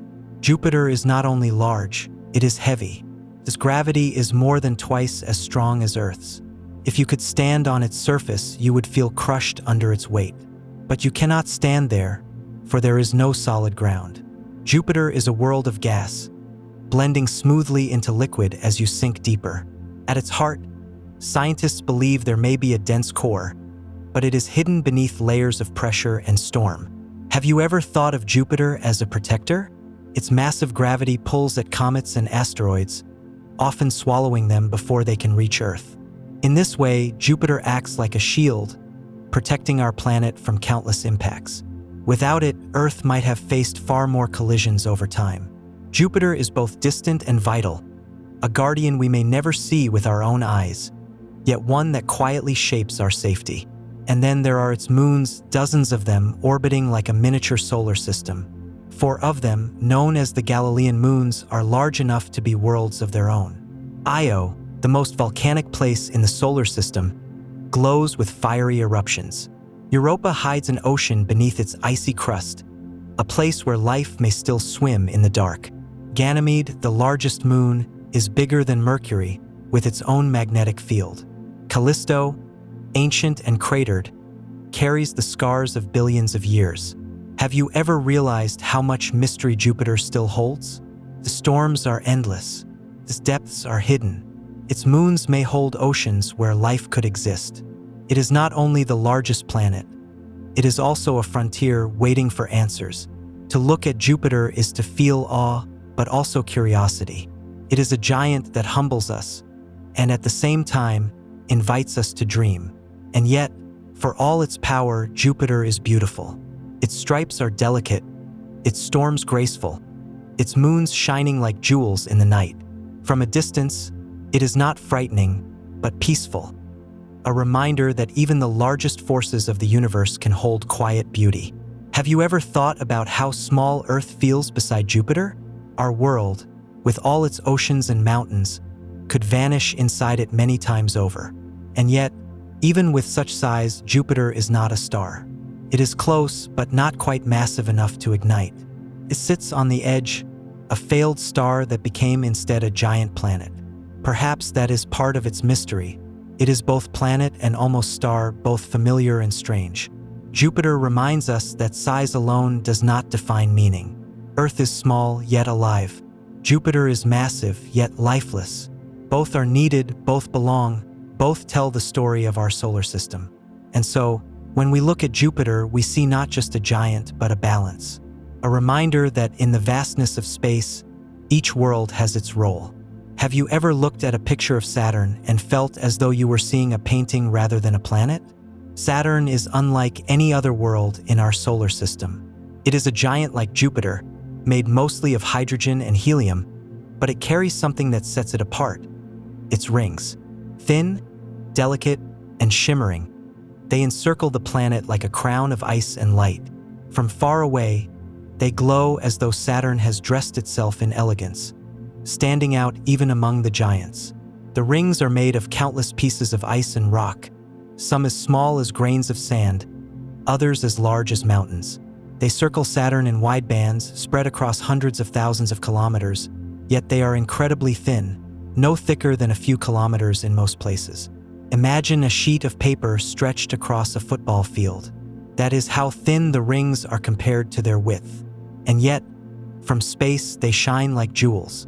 Have you ever thought about how delicate beauty can come from destruction? Scientists believe the rings may have formed from a moon that came too close to Saturn, torn apart by its gravity, or from icy material left behind from the birth of the solar system. What was once whole became scattered, and what became scattered turned into beauty. It is a reminder that even in space, endings can create new wonders. Beyond its rings, Saturn is a world of storms and winds. Its atmosphere is calmer in appearance than Jupiter's, with softer shades of gold and cream. But beneath the surface, winds race at tremendous speeds. Storms can rage for months, even years, circling the planet with quiet power. Saturn, like Jupiter, is a world without solid ground, just layers of gas and liquid, leading into a hidden core. Have you ever noticed how Saturn feels both strong and graceful at the same time? It is massive, the second largest planet in the solar system. More than 760 Earths could fit inside it. And yet, it is the least dense of all the planets. If you could place Saturn in a giant cosmic ocean, it would float. A giant that is lighter than water, wearing a crown of rings. There is something almost poetic about it. And then there are its moons. Saturn has more than 80, and they are among the most fascinating in the solar system. Titan, larger than our moon and even bigger than Mercury, holds thick golden clouds and lakes of liquid methane. Imagine standing on Titan, beneath a hazy orange sky, looking out over seas not of water, but of cold liquid gas. It is alien and yet strangely familiar, a world with rivers and lakes, but in a different form. Enceladus, another of Saturn's moons, is a tiny world of ice. From cracks near its south pole, geysers of water burst into space, spraying ice that even helps feed Saturn's rings. Beneath its frozen surface lies a hidden ocean, warmed by heat from within. Could there be life swimming there, in the darkness of an alien sea? It is a question that still whispers to us, waiting for answers. Have you ever realized how Saturn carries both majesty and mystery? It is beautiful to look at, with its rings glowing softly in space. But beyond the beauty, it holds secrets. Moons with oceans, storms that last for years, and a history written in ice and gas. It is a world that invites us to wonder, to imagine what lies beneath its golden clouds, to dream of what its moons might hold. And yet, Saturn is far away. From Earth, even with a telescope, it looks like a small oval with faint rings. Only spacecraft like Voyager and Cassini have revealed its full glory. Cassini, in particular, spent more than a decade circling Saturn, sending back breathtaking images of rings, moons, and storms. Through its eyes, we saw Saturn up close for the first time. We saw the shadows of rings cast on its surface, the geysers of Enceladus spraying into the dark, the golden haze of Titan's atmosphere. We learned that beauty is not just in appearance, but in mystery, in possibility, in the questions that remain. Have you ever thought about how Saturn feels like a reminder of art in the cosmos? Where Jupiter is raw power and motion, Saturn is elegance and grace. It shows us that the universe is not only about size and force, but also about beauty. Its rings serve no purpose but to shine, to remind us that even in the cold silence of space, there is room for wonder. And so, Saturn drifts in its orbit, slow and steady, circling the sun once every 29 years. Its seasons last for years. Its moons dance around it like companions. Its rings glow like a crown. It is not just a planet. It is a symbol, a quiet masterpiece painted across the canvas of the solar system. Have you ever imagined a planet that rolls through space on its side? That is Uranus. Unlike any other planet in the solar system, Uranus is tilted so far that it seems to spin on its belly. Its axis lies almost flat, pointing nearly toward the sun. This means that its seasons are unlike anything we know. Each pole spends more than 40 years in sunlight, followed by 40 years of darkness. Imagine living in a place where a single season lasts longer than a human lifetime. Uranus is often called the ice giant. While Jupiter and Saturn are mostly hydrogen and helium, Uranus has more ices, water, ammonia, and methane deep inside. Its pale blue-green color comes from methane gas in its atmosphere, which absorbs red light and lets blue-green light shine through. Seen from space, Uranus looks calm and simple, a soft ball of turquoise drifting in the dark. But beneath its calm surface, Uranus holds mystery. Its magnetic field is tilted and lopsided, unlike the neat fields of Earth or Jupiter. Its interior is still not well understood. And though it looks quiet, Voyager 2, the only spacecraft to visit Uranus, found faint rings and strange, dark storms swirling in its atmosphere. Have you ever thought about how little we truly know of Uranus? It is so far away, so faint, that even with telescopes, it appears as only a small disk. No spacecraft has orbited it, no probes have landed there. For now, it remains distant, a pale giant whispering secrets we cannot yet hear. And yet, even from afar, it captures our imagination. This tilt reminds us that not everything follows the same rules. Its color reminds us that beauty can be simple. Uranus is quiet, but in its quiet, it is unique. Now drift outward a little farther, to the edge of the known solar system. Here lies Neptune, the farthest of the giant planets. Have you ever seen a color so deep it feels endless? Neptune is that color. A brilliant, rich blue, darker than Uranus, glowing like the heart of the ocean. Its hue also comes from methane in its atmosphere, but something else, still not fully understood, makes its blue even more vivid. When you look at Neptune, even in pictures, it feels like looking into infinity. But Neptune is not calm. It is a world of storms and winds, the most powerful in the solar system. Winds there can reach speeds of over 2,000 kilometers per hour, faster than the speed of sound. Dark spots, like Jupiter's Great Red Spot, appear and vanish, swirling storms that last for years before dissolving back into the clouds. Imagine standing on Neptune, though you cannot, for there is no solid ground, and feeling the fiercest winds in the solar system sweep endlessly around you. Have you ever thought about how Neptune represents both distance and mystery? It is more than 30 times farther from the sun than Earth. Sunlight there is weak, only a faint glow compared to the brightness we know. A year on Neptune lasts 165 Earth years. Since its discovery in 1846, Neptune has not even completed one full orbit of the sun. It is so far away that our human history is short compared to a single Neptunian year. Like Uranus, Neptune also has rings, thin, faint, and dark. And it has moons, the largest of which is Triton. Triton is unlike most moons. It orbits Neptune backward, suggesting it may once have been a wandering object captured long ago. On its surface, geysers of nitrogen erupt into the thin atmosphere, making it one of the most active icy worlds we know.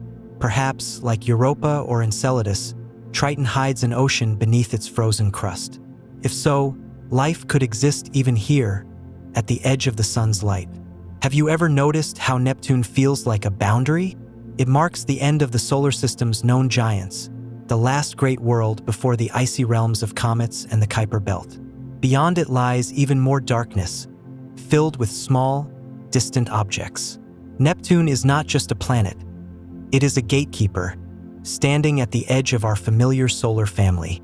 And yet, even at that edge, it shines with beauty.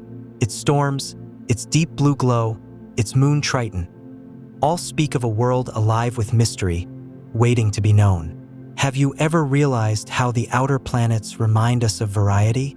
Jupiter, vast and stormy, the king of giants. Saturn, elegant and crowned with rings. Uranus, tilted and pale, a quiet oddity. Neptune, deep blue and stormy, the farthest beacon. Each one is different, yet together, they complete the solar system's outer circle. They remind us that the universe does not repeat itself endlessly. It creates uniqueness, difference, personality, even among planets. And so, as we finish our journey through the outer planets, we pause for a moment. We have drifted past giants of gas and ice, past storms that rage for centuries, past rings of ice that shine like jewels, past moons that may hold hidden seas. Each one tells us something new. Each one reminds us how wide and varied the cosmos is. Have you ever thought about how, even though they are far, these planets still belong to us? We may never walk on them, but they are part of our story. They share our sun, they share our history, they share the same cosmic family. The outer planets are distant, but not separate. They are ours to wonder at, to dream about, to study, to love. And beyond them, the journey continues. Past Neptune lie the icy worlds of the Kuiper Belt, the comets of the Oort Cloud, and finally, the beginning of the stars beyond. The solar system does not end here. It only opens to the next chapter. Have you ever looked at the moon and felt as though it was watching over you? The moon is our closest neighbor in space, circling Earth every 27 days. It is the one constant presence in the night sky, rising and setting with a rhythm so steady that people have followed it for thousands of years. Its phases, new, crescent, half, full, have guided calendars, festivals, and stories since the dawn of time. From Earth, the moon glows softly, silver against the dark. Its light is not its own. It is sunlight reflected back to us across space. And yet, it feels gentle, as though the sun itself has been softened for the night. The moon's glow has inspired poets, dreamers, and lovers for centuries. It is not just a rock in the sky, it is part of our hearts. Have you ever imagined standing on the moon? The ground would be gray and dusty, covered with craters from countless impacts. The sky would be black, even in daytime, for there is no atmosphere to scatter the light. And above you, Earth would hang large and bright, a glowing blue and white sphere, rising and setting just as the moon does for us. To stand on the moon and see Earth is to see home as a single, fragile world. The moon is more than a companion. It shapes Earth itself. As gravity pulls at our oceans, creating the tides, its presence stabilizes Earth's tilt, keeping our seasons steady. Without the moon, Earth would wobble more wildly, and life might have struggled to find balance. The moon is not just a neighbor.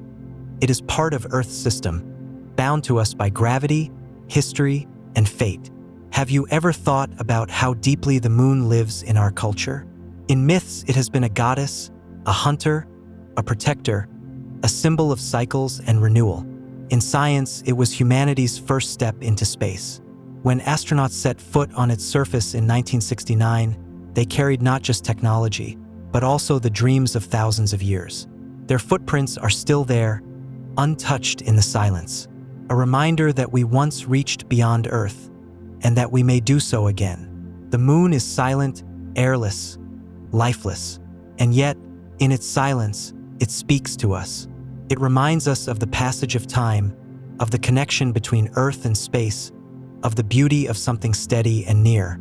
It is our first companion, our first guide, our first frontier. The moon belongs to Earth, and Earth belongs to the moon. Now let us drift farther past Mars, past the asteroid belt to Jupiter. Here we find one of the most mysterious moons of all, Europa. Have you ever imagined an ocean hidden beneath ice? Europa is a small world, about the size of our own moon. Its surface is smooth and bright, covered in ice that reflects the sun's light. Cracks and ridges stretch across it like lines on shattered glass. But beneath that frozen shell lies something astonishing: a vast ocean of liquid water. Scientists believe it may be twice as large as all the oceans on Earth combined. Have you ever thought about what could live in such an ocean? Here on Earth, life is found in the deepest seas, around vents where no sunlight reaches, thriving on heat and chemicals from the planet's core. If life can exist there, why not in Europa's hidden ocean? Perhaps, beneath its ice, creatures swim in the dark, warmed by heat from below, unseen but alive. Europa is silent from the outside, but inside, it may be alive with movement. The pull of Jupiter's gravity flexes the moon, creating warmth that keeps the ocean liquid. Its icy shell may crack and shift, releasing geysers of water into space. Some of these plumes may even carry traces of what lies beneath. To study Europa is to look for life beyond Earth, not in the stars, but in the oceans of a distant moon. Have you ever realized how Europa turns the familiar into the extraordinary? We know water, we know ice, we know oceans, but on Europa they take on new meaning. An ocean not on Earth, but in space. Waves not under a blue sky, but beneath a roof of frozen ice. It is both alien and familiar, both strange and homelike. And in this mix lies wonder. Europa reminds us that life may not be rare. It may not need Earth's skies and land.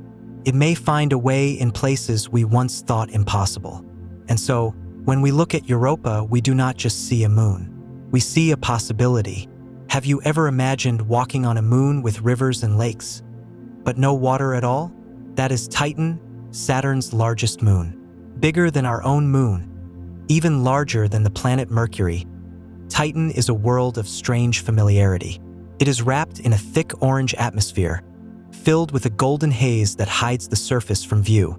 For centuries, people wondered what lay beneath those clouds. And when spacecraft finally revealed Titan, the sight was astonishing. Titan has rivers, lakes, and even seas, but they are not made of water. They are filled with liquid methane and ethane, hydrocarbons that would be gases on Earth. Imagine standing on Titan's shore, looking out over a sea that glimmers faintly in the dim sunlight. Its waves moved not by water, but by liquid gas. Feels alien and yet strangely Earth-like. Have you ever thought about how rare Titan's atmosphere is? Among all the moons in the solar system, Titan is the only one with a thick atmosphere. It is dense, cold, and hazy, creating an orange sky that blocks out most sunlight.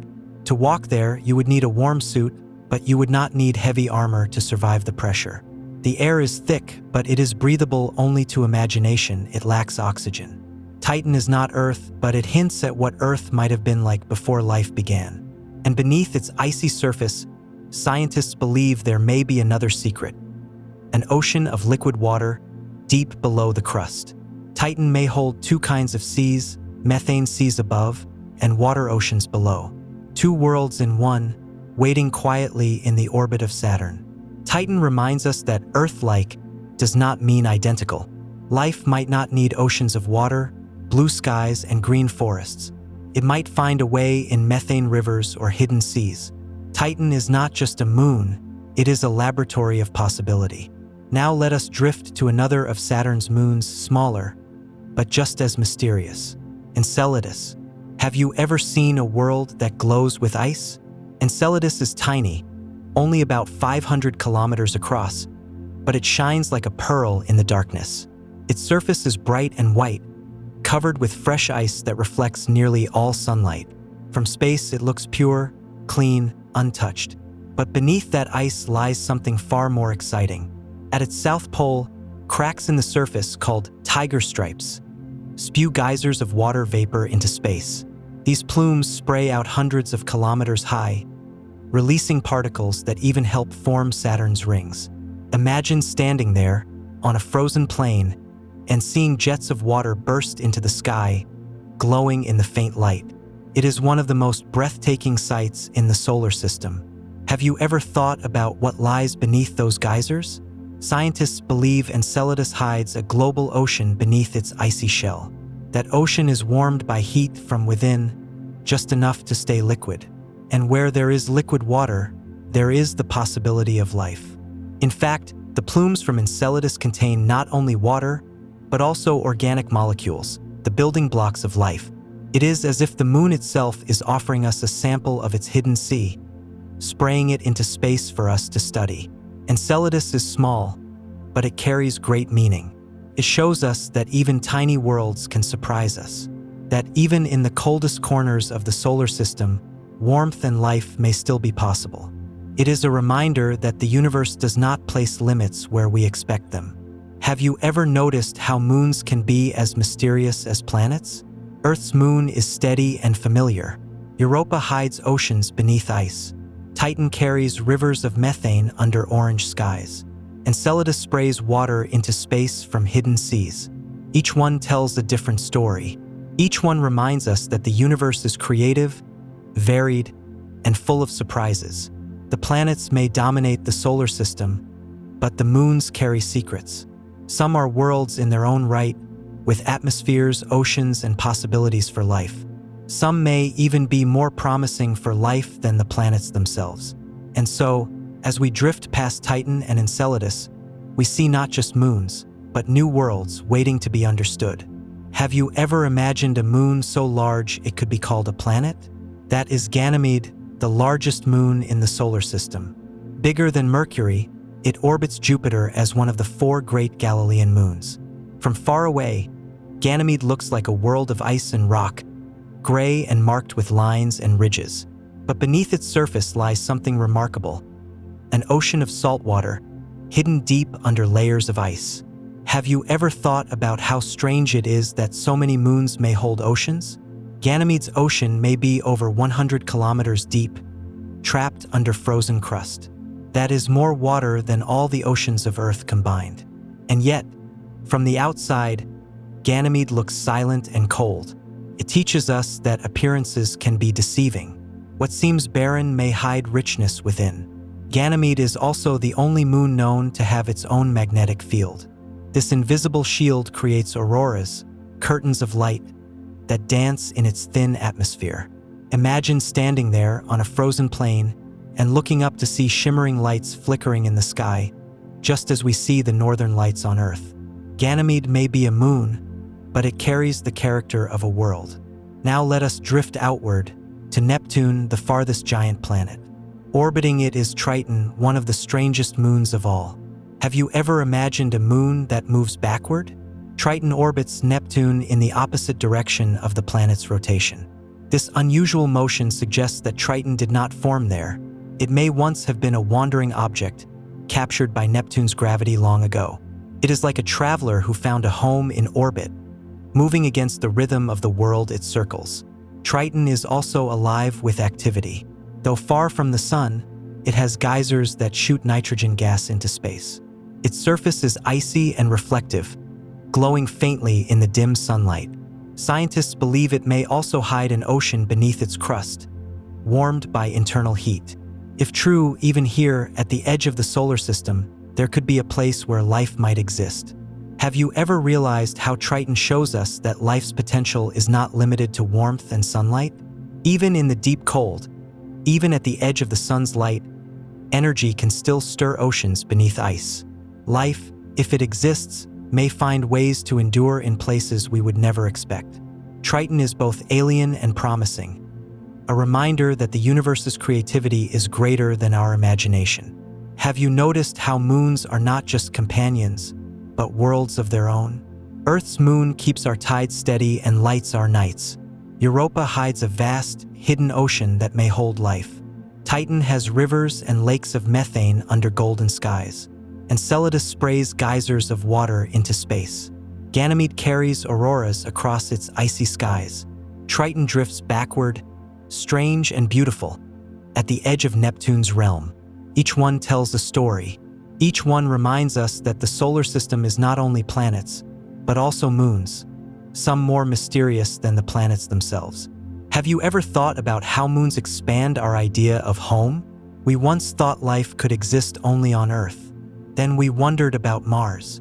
But now we see oceans under Europa, Titan, Enceladus, and Ganymede. We see geysers and seas and hidden depths. The possibility of life spreads wider, reaching into places we once thought empty.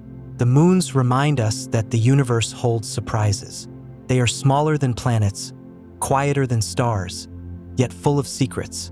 They tell us that life may not be limited to Earth, that water, energy, and mystery can be found even in the silence of frozen worlds. And so, as we leave the moons behind, we carry their stories with us. The steady glow of our own moon, the hidden seas of Europa and Enceladus, the golden haze of Titan, the auroras of Ganymede, the backward dance of Triton. Together, they form a gallery of wonder, painted across the skies of distant worlds. Have you ever realized how comforting it is to know that even in the far reaches of the solar system, there are places that feel alive? The moons are not barren afterthoughts. They are part of the great story of the cosmos. They remind us that we are not just surrounded by empty space, but by neighbors filled with beauty, mystery, and possibility. Have you ever wondered about the small wanderers of the solar system? When we think of space, we picture planets, moons, and stars. But scattered across the dark are countless smaller worlds. Rocks, ice, and dust drifting endlessly. They may seem unimportant compared to Jupiter or Saturn, but in their own way, they are just as meaningful. They are leftovers from the birth of the solar system, fragments of creation that never became planets. They are messengers, carrying clues about the past and possibilities for the future. These small bodies, asteroids, comets, and icy objects of the Kuiper Belt remind us that the universe is not made only of giants. It is also made of countless tiny pieces, each with its own story. And sometimes these small wanderers have the greatest impact. Have you ever imagined a world without air, without water, without life? Just rock, drifting quietly through space? That is what an asteroid is. Most of them orbit the Sun between Mars and Jupiter in a vast region called the asteroid belt. From Earth, the belt may sound crowded, but in reality, it is spread so wide that the asteroids are far apart. Still, there are millions of them, from small pebbles to giants hundreds of kilometers across. Asteroids are leftovers from the formation of the planets. When the solar system was young, dust and gas swirled together, clumping into worlds. But in some regions, especially near Jupiter, gravity stirred things too much. Pieces could not come together into a planet. They remained fragments, raw, ancient, unchanged. To study an asteroid is to look back billions of years, into the very beginning. Some asteroids are dark and carbon-rich, holding organic molecules that may have once helped seed life on Earth. Others are made of metal, iron, and nickel, shining like the cores of broken worlds. Still others are rocky, scarred with craters, silent for eons. Each one is different, each one a time capsule. Have you ever thought about how close asteroids can come to Earth? Most stay safely in the belt, but some drift closer, crossing our orbit. These near-Earth asteroids are watched carefully because they can sometimes collide with our planet. Long ago, an asteroid about 10 kilometers wide struck Earth, ending the age of the dinosaurs. It left a scar in Mexico, the Chicxulub crater, and changed the history of life. Asteroids are both danger and gift. They carry the power to destroy, but they also carry the ingredients of life. Some scientists believe that water and organics from asteroids helped create the conditions for life on Earth. What once threatened may also have nourished. And so, asteroids remind us of balance. They are small compared to planets, yet their role is large. They hold the story of beginnings, the risk of endings, and the possibility of futures where we may one day mine their metals or visit their surfaces. Now imagine not a rock, but a ball of ice and dust, drifting at the edge of the solar system. That is a comet. Have you ever seen one? From Earth, comets appear as glowing visitors with bright tails streaming across the sky. For ancient people, they were omens, mysterious, unpredictable, often feared. But today, we know they are icy travelers, carrying secrets of the outer solar system. A comet is small, just a few kilometers across. Most of the time, it is invisible, frozen, and dark, circling far from the sun. But when it drifts inward, sunlight warms it, and its ice begins to melt. Gas and dust burst out, creating a glowing halo called a coma, and a long tail that always points away from the sun. Suddenly, the comet shines, a beacon in the sky, a ghostly traveler lit by fire. Have you ever thought about what comets carry? They are made of ice, dust, and organic molecules. Like asteroids, they may have helped deliver water and the building blocks of life to Earth. They are not just frozen leftovers, they are couriers of possibility. Each time one passes, it carries with it the memory of the solar system's earliest days. Some comets return often, like Halley's Comet, which circles the sun every 76 years. Others may visit only once, then vanish into the dark forever. They are messengers that come and go, brief but unforgettable. And yet, comets are fragile. They can break apart, disintegrate, or collide with planets. They remind us that beauty can be fleeting. Their glowing tails last only for weeks before fading. But in those weeks, they inspire awe. They turn the sky into a stage where the universe performs a rare and quiet show. Have you ever felt comfort in knowing that even the smallest, briefest things can be meaningful? That is the gift of comets. They remind us that life itself is brief, but filled with light. They remind us that what is small can still shine across the cosmos. Beyond Neptune lies a region few have seen, but one that holds countless worlds. The Kuiper Belt. Have you ever imagined a frozen frontier? The Kuiper Belt is a wide ring of icy objects, stretching billions of kilometers beyond Neptune. It is home to Pluto, once called the ninth planet, now recognized as a dwarf planet. But Pluto is not alone. Hundreds, perhaps thousands, of icy worlds drift there, silent and cold. Some are round and planet-like, others are small and irregular. Together, they form a hidden kingdom at the edge of the sun's light. Pluto itself is a place of wonder. It has mountains of ice, plains of frozen nitrogen, and perhaps an ocean deep beneath its crust. Its moon, Charon, is so large that the two worlds orbit each other like a pair. To see Pluto is to see that even the smallest worlds can hold landscapes of astonishing beauty. Have you ever realized how the Kuiper Belt connects us to the wider galaxy? It is thought to be the birthplace of many comets. When icy objects are disturbed, they can be sent inward, becoming the glowing visitors we see from Earth. The Kuiper Belt is not empty.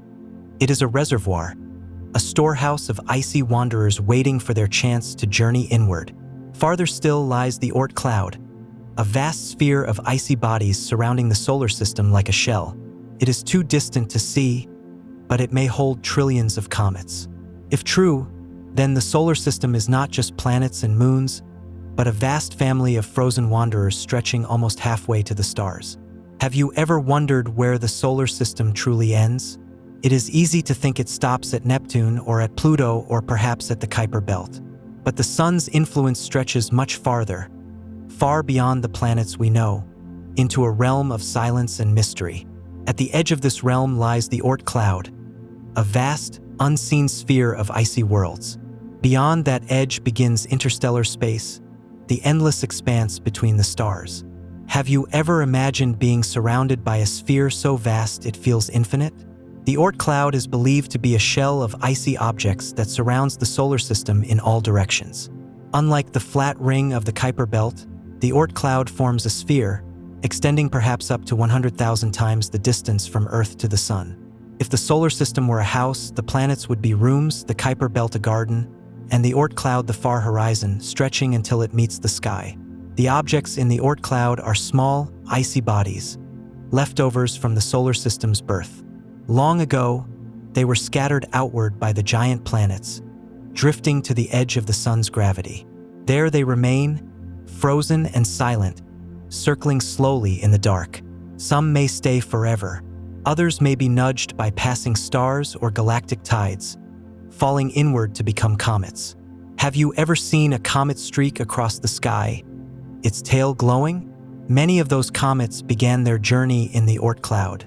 For billions of years, they drifted unseen until some disturbance sent them tumbling toward the sun. Their visit is brief, but their origin is ancient. Each comet is a messenger from the edge of the solar system, a traveler from the Oort Cloud. The Oort Cloud is too far to see directly. No telescope has imaged it. No spacecraft has reached it. It exists in theory, supported by the comets we observe. But even in its unseen state, it holds a place in our imagination. It reminds us that the solar system does not end with Pluto. It continues, quietly, invisibly, into a frozen shell that may hold trillions of icy worlds. Have you ever thought about how far the sun's warmth reaches? Here on Earth, the sun lights our skies, warms our oceans, and feeds our lives. At Jupiter, the sun is still bright, but not as warm. At Neptune, sunlight is faint, like a pale glow. And at the edge of the Oort Cloud, the sun is just another star, still brighter than the rest, but no longer dominant. Its warmth barely reaches. Its gravity still holds, but only loosely, and beyond it lies the space between the stars. The boundary where the sun's influence ends is called the heliopause. Inside it, the solar wind, a stream of charged particles from the sun, blows outward. Beyond it, the winds of other stars and the vast currents of interstellar space begin. The heliopause is not a wall, but a frontier. It is where the sun's voice fades and the galaxy's whisper begins. Have you ever noticed how frontiers are both exciting and humbling? The heliopause is like the shoreline of an ocean. Inside it, we are still in the familiar waters of the sun's domain. Beyond it, we sail into the unknown. It is both a boundary and an invitation, reminding us that even the solar system is only a small part of something larger. Beyond the Oort Cloud, beyond the heliopause, lies interstellar space. Have you ever stood by the ocean and looked at the horizon, knowing that beyond it lies more water, more waves, more mystery than you can imagine? Interstellar space is like that horizon, but greater. It stretches in every direction, filled with stars, gas, dust, and unseen forces. It is not empty, though it is thinner than the best vacuum we can create on Earth. Tiny particles drift there. Magnetic fields weave through it. Light from distant stars crosses it. It is the sea between suns, the space where galaxies grow. Voyager 1 and Voyager 2, launched in the 1970s, are the only spacecraft to have crossed into interstellar space. They are small, fragile machines, no larger than a car, yet they carry humanity's message. A golden record, etched with music, greetings, and images of life on Earth, drifts with them. They are our bottles cast into the cosmic ocean, carrying whispers of who we are. Have you ever thought about how small we are compared to interstellar space? The distance to the nearest star, Proxima Centauri, is more than 4 light-years away. Light itself, so fast it circles Earth 7 times in a second, takes over 4 years to reach it. For Voyager, traveling at tens of thousands of kilometers per hour, the journey would take tens of thousands of years. Even our fastest creations crawl slowly compared to the immensity of space. And yet, this is not discouraging. It is awe-inspiring. To know that interstellar space exists, to know that we have already sent messengers into it, is to glimpse the beginning of a journey without end. Have you ever noticed how the universe always leaves us with more wonder than answers? We began close to home with our sun, our moon, and our neighboring planets. We drifted past the rocky worlds of Mercury, Venus, Earth, and Mars. Then out to the giants, Jupiter, Saturn, Uranus, and Neptune. We paused among the moons, the asteroids, the comets, and the icy edge of the Oort Cloud. And then, finally, we stepped softly into interstellar space itself, where the stars become our companions. At every step, the question remained, how big is the universe? And at every step, the answer was the same, bigger than we can imagine, but close enough to touch our hearts. Have you ever felt small beneath the stars, and yet comforted at the same time? That is the gift of the universe. It shows us how tiny we are, yet how deeply we belong. We are made of the same atoms as the stars, carried on the same light as the galaxies, drifting through the same endless sea. And so, as we close this journey, let us breathe gently. Let us rest in the quiet knowledge that we are part of something without end. The universe is vast, yes, but it is also home. Close your eyes now. Feel the stillness. Imagine yourself drifting, softly, among the stars. There is no rush, no edge, no ending. Only space. Only wonder. Only peace.